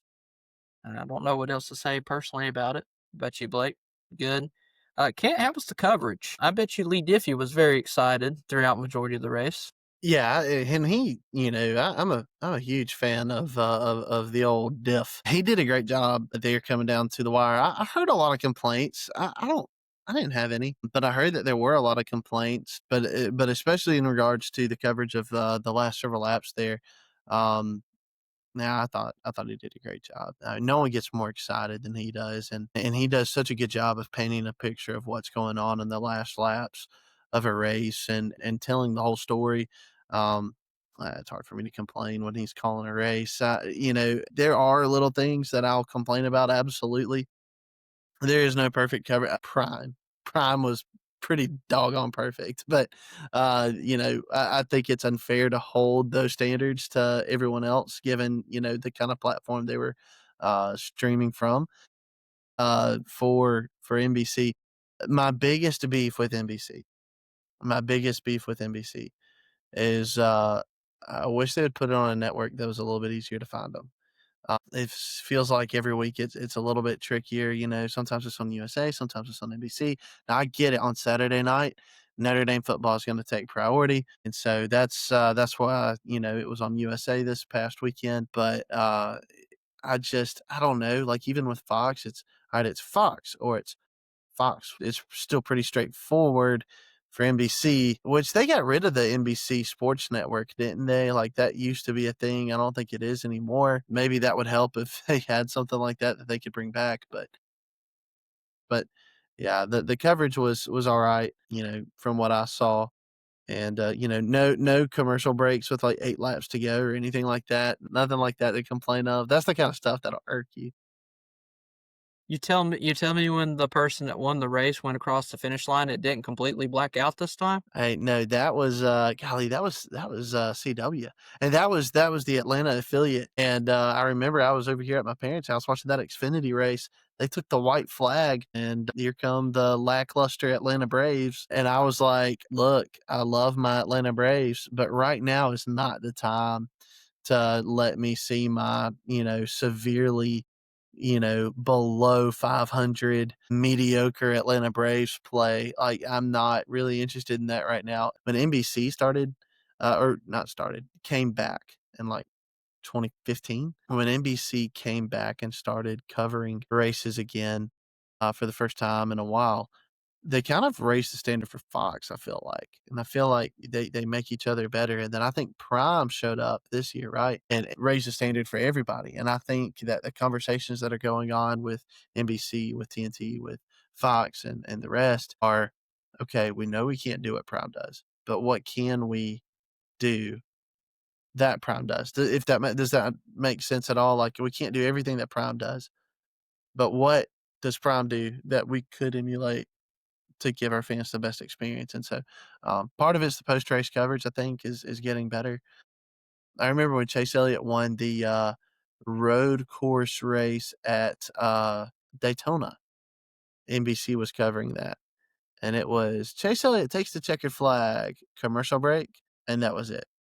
That was it. There was no more coverage. And I was like, well, you get the Peacock app for the post race stuff. And I was like, but there wasn't even a Victory Lane interview. There's nothing.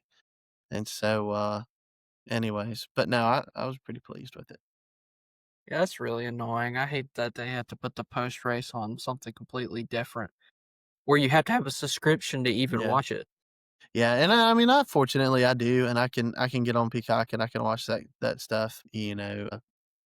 I don't know. I mean, it's I feel like they've done a better job of saying, hey, we're gonna at least interview a few of the top 5, some of those heavy hitters. We're gonna get the Victory Lane interview, which isn't a Victory Lane interview anymore, but we're gonna get that information out there to the fans before we go off the air, and that's the least you can do. So, but anyways, but no, Lee Diffie's the man. As long as he's calling a race, and I'm gonna be all right with it. I seen on either Instagram or X when Hamlin won his race at Gateway. He crossed the finish line and then it went completely black. Their covers went black as soon as he crossed the line. There was nothing else. It was wild. Good old technology. I know it's a long podcast, but we did have a special guest, so you have to give us a little bit of grace here. That's me getting choked up because Alex Bowman was eliminated. Along with him, Josh Berry, who had probably the worst ever playoff run ever. And that's no discredit to him at all. It's just being in the wrong spot at the wrong time throughout the whole playoffs. Involved in 2 wrecks. And then, of course, the brake failures ultimately what caused that fire that they diagnosed, but it looked more like an engine issue. Hendrick had a similar issue and was able to go back on the track, which was crazy. I thought he was going to kill somebody with fluid, but he wasn't leaking anything, thankfully. And then, of course, Austin Dillon didn't make it either. So that's Bowman, Austin Dillon. Then we got our boy Bowman, or my boy Bowman, that didn't make it. I hate it for SVT. And here's why. If he survives this round, he's in the round of 8. Would y'all agree? Just to get the upcoming tracks, if he survives this round, he's in the round of 8. Barring some really bad luck. And so he came into this round 21 points to the good. All the man had to do was finish some races in the top 20, get some stage points here and there, and he was going to survive this round and have an opportunity to kind of catapult himself into the round of 8. That did not happen. So it baffles me. Here's the thing. It wasn't even close. I mean, it really wasn't like, it wasn't like he was on the bubble and, oh man, if he can just squeak out a top 15 or 10 or even a top 5, like no, like it was not close. This round exposed SVG. And I'm not, SVG is an incredible talent. He is so stinking talented at his discipline.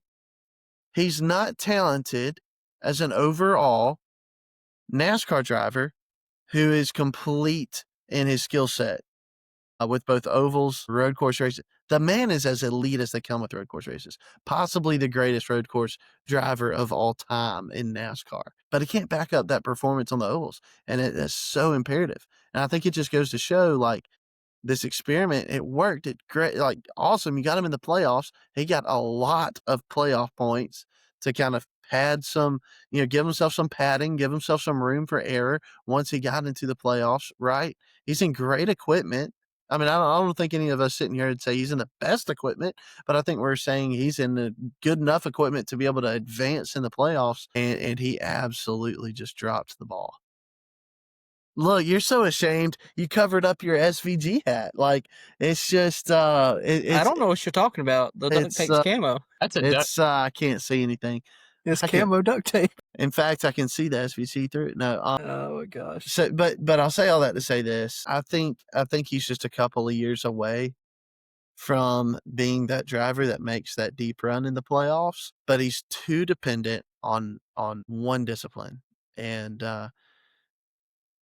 anyways, but I mean, it'll happen for him. He's a great guy. I hope it works out for him. I hope he, is able to make a bigger dent in the playoffs at some point in the future. But I mean, I think he just kind of proved that I was right all along on how I felt about him making the playoffs with a very swift exit. I think that you don't give enough credit to the job that he did because his team absolutely screwed him in 2 of those races. Darlington, they put him on the worst pit call strategy I've ever seen in my life.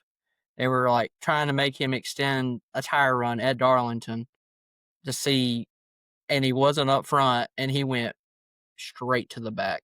I know you didn't watch that race really closely. I believe that was one of the races that you were moving, I believe, during that. You didn't get to watch that. Me and Blake were there for it, and me and Blake both looked at each other like, what are they doing? Like, SVG's like a rock. He can't go nowhere. And then they're like, all right, we're going to go ahead and pit him with like 8 or 9 laps left of the race. I'm like, well, you might as well just left him out at this point. You should have. I mean, Trackhouse in general, crappy, very crappy start to the playoffs. Chastain just barely made it with the skin on his teeth, and that's not good because he's the best racer that they have. No discredit to SVG and no discredit to Daniel Suarez, but he's the best overall racer that they have.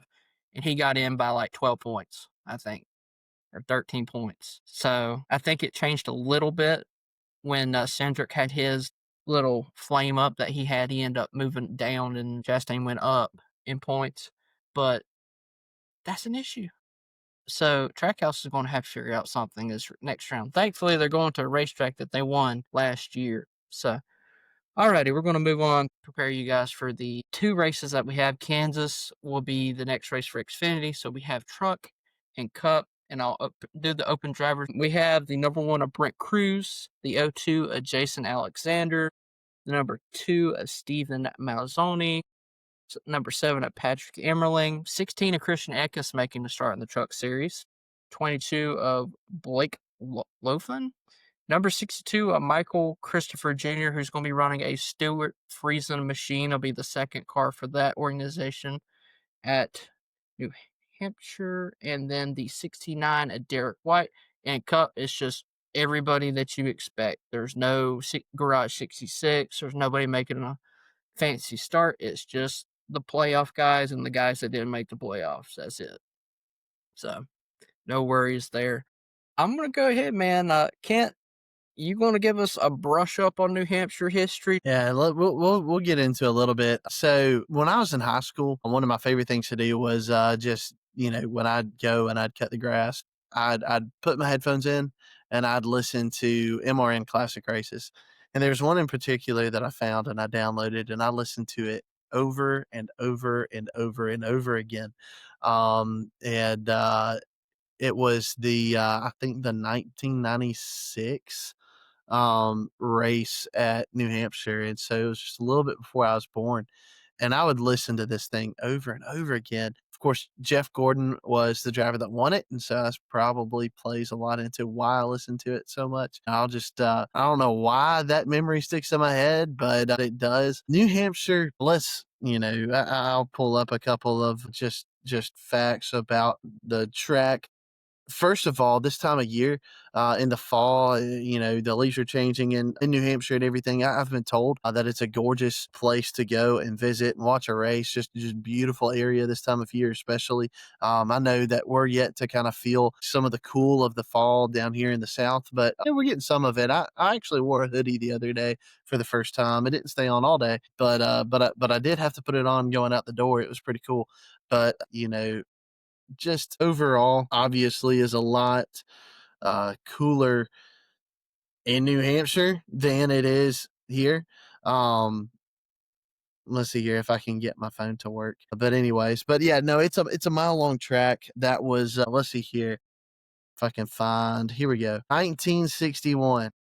1961 was the first year that it came into existence. It was actually known as 106 Midway Raceway, then Breyer Motorsports Park, and then New Hampshire International Speedway, now New Hampshire Motor Speedway. So it's had a few different, name changes in its life span, but just kind of going back to more of maybe a more recent history. Y'all remember the rain race when they got going, and Kyle Busch may have been a little bit upset, just a little bit upset.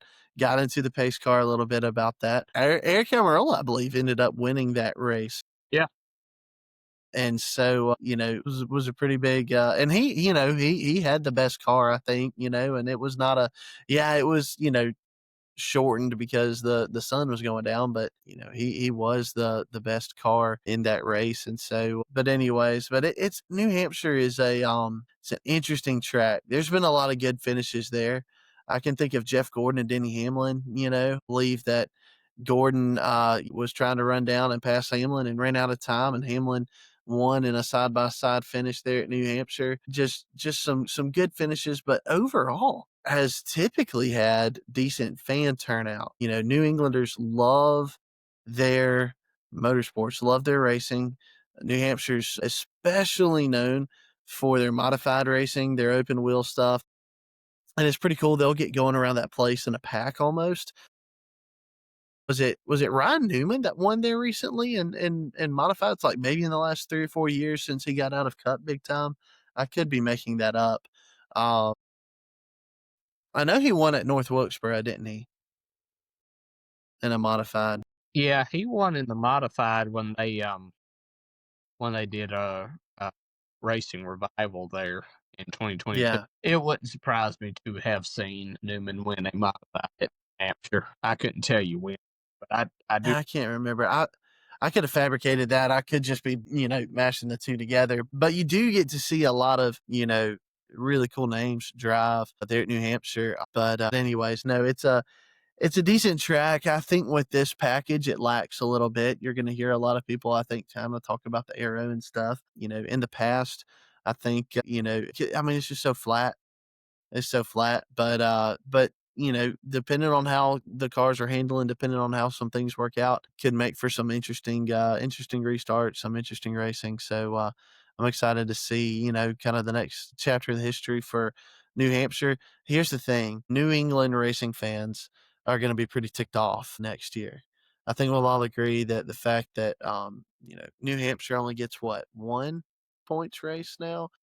And then Dover had their points race. They went from 2 points races to 0 points races, and it'll be playing host for the All-Star race. NASCAR is kind of leaving that region, it almost feels like. But I also feel like there's a lot of fans up there that are not going to be happy about that. But anyways, maybe they'll show out in big numbers. I think one way that they can kind of prove NASCAR wrong is to show out in big numbers to New Hampshire this weekend. So, historically, they've been some of the best fans in the sport. It'll be interesting to see what takes place this weekend. Yeah, for sure. Absolutely. I'm taking over Austin's segment just a little bit. I'm going to make it pretty short today as we're getting a little carried away with time. This is a asphalt track. If you guys did not know this, the surface is asphalt. It's a good thing to know, especially with all these different types of tracks that you go to. It's just over a mile. It's a 1.058 miles, so it's very similar to a short track in regards to distance, but it's classified as an intermediate because it goes beyond that a little bit there. The turns are about 2 to 7 degrees of banking, and the straights are around 1 degree. So front stretch. So there's a little bit of banking, so it kind of has a little short track feel with the banking, but be able to play along with that. And the last repay for this racetrack, according to multiple resources that I saw, was 2005. So safe to say that this track might be conclusive to maybe a little bit of tire wear if Goodyear brings a good set of tires together, and that's where, man, I'm getting good at these transitions here. That's where we're going to throw it to our tire expert here at Blake. Yeah, and I think you were hitting the nail on the head. I believe it'll be a great tire combination this weekend because the tires that they are bringing, you have seen these at Bowman Gray and Martinsville and North Wilkesboro, and all of those were at least good races, and a couple of those were great races. And so I think it's looking like there'll be cooler temperatures. Cooler temperatures, and this tire seem to do much better on this car.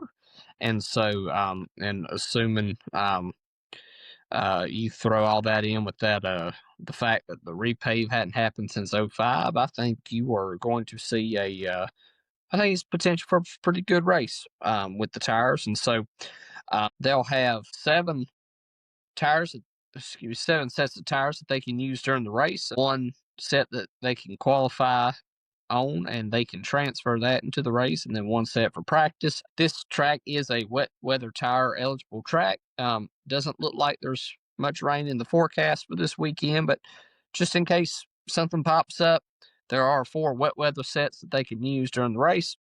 And for the truck series, there are 3 sets of tires that they'll use for their race. 1 qualifying set they can transfer over, and then 1 set of practice. And in case weather is needed for the trucks, the wet weather tires, that they can have 3 for those. So I'm optimistic about the tires going into this week. I think Goodyear's on a little bit of a roll. So we'll see how it goes. I'm glad that Kent mentioned that the fandom of New Hampshire's usually they always pack that place out. I mean, great racing historically at that racetrack. When I think of this racetrack, for me, I always think of Martin Truex Jr. because man just seemed like a king at this racetrack for a long time. But this is going to be interesting to see, the reception that they're going to have. Either they're going to be really mad that they're getting their date moved or / taken away and then not show up to the track, or they're going to show up to the track and be like, yo, we need go back to the way it was because we're obviously here. So it'll be interesting to see how that goes in regards to that. All right, spicy take time. Nobody hit theirs last week. I actually went back and listened. I said there was going to be 20 cautions. I was pretty close. It was around 14. At one point, me and Blake looked at each other like, Cole's hot take might actually be plausible because that second stage, they wrecked a ton. They had like 8 or 9 cautions in that stage alone. So I believe that Kent said Austin Hill was going to get punched. That indeed did not happen. I know that seems like a wild hot take, but you said it, so that's why just being honest here. I know Austin didn't hit his, and I believe Blake was not close in getting his either. So we're all just tragically bad over here. We don't know what we're talking about. Just kidding. We actually do. It's just we try to make it really impossible with stuff that we say. I got Austin's hot take here. I believe a Toyota wins, but it won't be a Gibbs car, so they'll be keeping the Toyota dominance going. So he's talking either a legacy car or a 2311 car. Bubba and Reddick are both in the playoffs, so that would be big for them, but it would be really cool to see a legacy car be able to eclipse and finally get into victory lane after putting so many good efforts this year. What about you, Blake? What do you think in regards to your spicy take for the week? Interesting. I'm going to say Toyota struggles on Sunday. Just to be a little different. Toyota's going to struggle on Sunday, and I think a Ford might win. Guessing Penske, maybe an RFK car, maybe. Maybe a Wood Brothers. We'll see. If Priest wins up there, that would be insane for him. Yeah, that genuinely that is, but I do think a Ford will win. Go ahead, buddy. Yeah, this may not even be a hot take. Gibbs continues their dominance. A Gibbs car goes to victory lane on Sunday. You won't say it's Ty Gibbs. It's definitely not Ty Gibbs. Now that No, but all right, I'll say this: 3 Gibbs drivers finish in the top 5. That would definitely make it a lot more spicy. So we'll take it in consideration for this particular portion of the podcast. Oh man, y'all all did cups, so I feel like I should do something in regards to truck. I say that a Thor Sport truck ends up winning New Hampshire, and if I gotta pick one, continuing his momentum, we're going to go with Ben Rhodes in victory lane. okay. Be the first win since he won Charlotte, I believe, back in how many years ago was that? 23. Yeah, 2023. And that orange truck, which was a nice looking truck. He's a good personality. Obviously, needs someone in the truck series to show a personality. As much as I like Corey Heim, he's about the equivalent of, Christopher Bell with personality, it seems like. I'm sure he's got a great personality. It's just they never display any way to show it, right? Alrighty. Well, I also have the Pick'em series, so you must be getting tired of hearing my voice at this point. I know I'm tired of hearing my voice talk. So with the truck series here, the current standings, Kent is on top. A rarity. 53 points. He's doing pretty good here lately. Blake and Austin are tied up at 51, and I'm holding down the bottom with 45 points. However, I did get a win this week as I picked the short track king of the truck series, Layne Riggs. Kent came in second with a similar pick. Daniel Hemrick's a very good short track driver. Therefore, he finished second. Grant Enfinger struggled a little bit, getting Austin a third place finish. However, Chandler Smith struggled the most, giving Blake the last place finish. So, Blake, you will be picking first for New Hampshire, And the people that you cannot pick this week are Infinger, Hemrick, and Chandler Smith. Who are you considering this week? It's time. What a shocker. Corey Heim putting a dominant performance. I mean, he's closing in on that record, so Blake wants to be the one that gets the pick where he gets a little bit closer. With the next pick, I believe Austin would be picking, and I have his picks right here with me. I believe Heim was probably his number one pick. I know, another shocker for you guys. I would have never guessed Austin would pick Corey Heim. It's not like he's good or anything, right? He is going to pick Layne Riggs for this weekend. Good pick, given that New Hampshire's a similar track to Bristol. Back-to-back wins for Layne Riggs could be very big and pivotal for this playoff system for him, which I know Blake will definitely not complain about. Kent, you are next, my friend. You cannot pick Corey Heim, yikes, Riggs, so you couldn't have picked him anyways, and then Hemrick. Man, part of me that's kind of leaning towards Corey LaJoie, but I'm not going to pull the trigger there. I'm going to go Chandler Smith. Boy, Chandler Smith, the guy that has struggled the most here lately, due for a good finish. Also, another front row motorsports truck. I am picking last. I can't pick Chandler Smith. I can't pick Layne Riggs, and I can't pick Honeycutt. So you guys pretty much helped me out there, where I didn't have to eliminate anybody that I would consider. And let's see here. I have.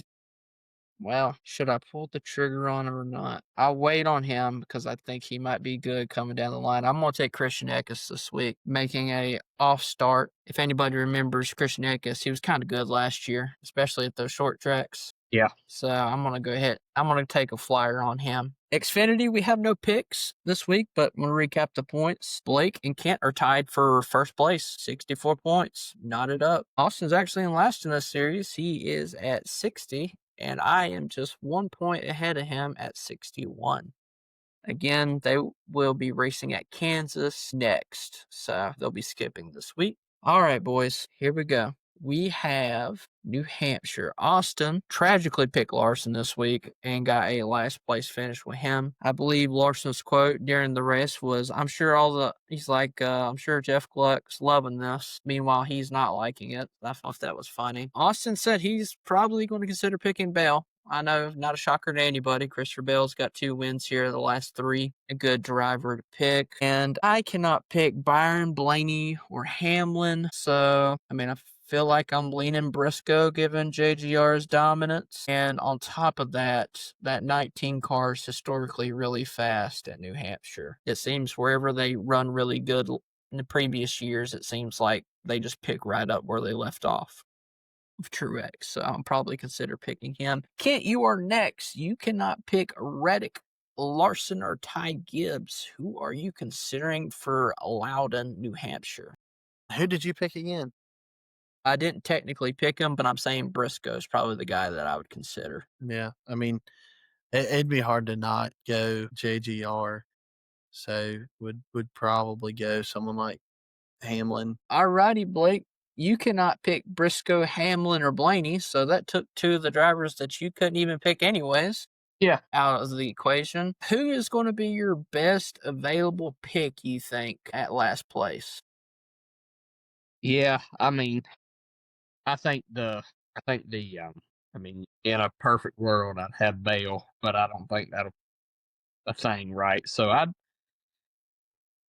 probably like a William Byron might be a safe pick, just with a 4th place to counter the Gibbs. That's going to be tough to do, but probably somebody like a Byron I would maybe think of. Good at Martinsville. This is a bigger Martinsville, so maybe Hendrick can rebound a little bit. They certainly need it. Alrighty, and at the points currently, Austin is still up top, but he's breathing heavy over his shoulder as Blake has cut the gap down to 4 points. He is only 4 points out. I am at 77, still at a good distance, and Kent closing up the gap and last to the third place, honestly, it's starting to become a really good race. And with these next few races, and a lot of wild cards that are possibly happening, you might see some shakeups. You might see a couple people pass first place and hand it back. It's going to be kind of interesting. And of course, all of our championship picks are still in consideration. Blake, again, as we've said multiple times during the playoffs, Reddick's probably the one that is sweating the most, where Austin's probably feeling pretty good right now that Christopher Bell is locked in. Bell's good at Hampshire. He's good at the Roval. Larson's really good at the Roval. He's good at Kansas, so Kent's looking pretty good. Blaney's historically really good, universally everywhere. Reddick's been hit or miss here lately, so it'd be an interesting scene of events, right? Alrighty. Well, my voice is tired, so I think it's time to end this podcast. I think that's a good way to say it. We really appreciate you guys listening to this long episode. Once again, thank you, Wilkerson's Catering, for always being the title partner of the Four Wide Podcast. And on top of that, thank you, Brayton, last year for Wayne Peterson Motorsports for coming out and hanging out with us for 20 to 25 minutes and just not just only talk about the racing on track, but talk about how he is as a fan and how it conflicts sometimes with being on track and how he's not able to necessarily watch a lot of stuff, just like Kent. You know, he's not on the racetrack. He's just always doing stuff. Alrighty. Well, we see you guys hopefully next week. Take care of yourself. Love each other. And I hope you guys have a wonderful weekend. Goodbye.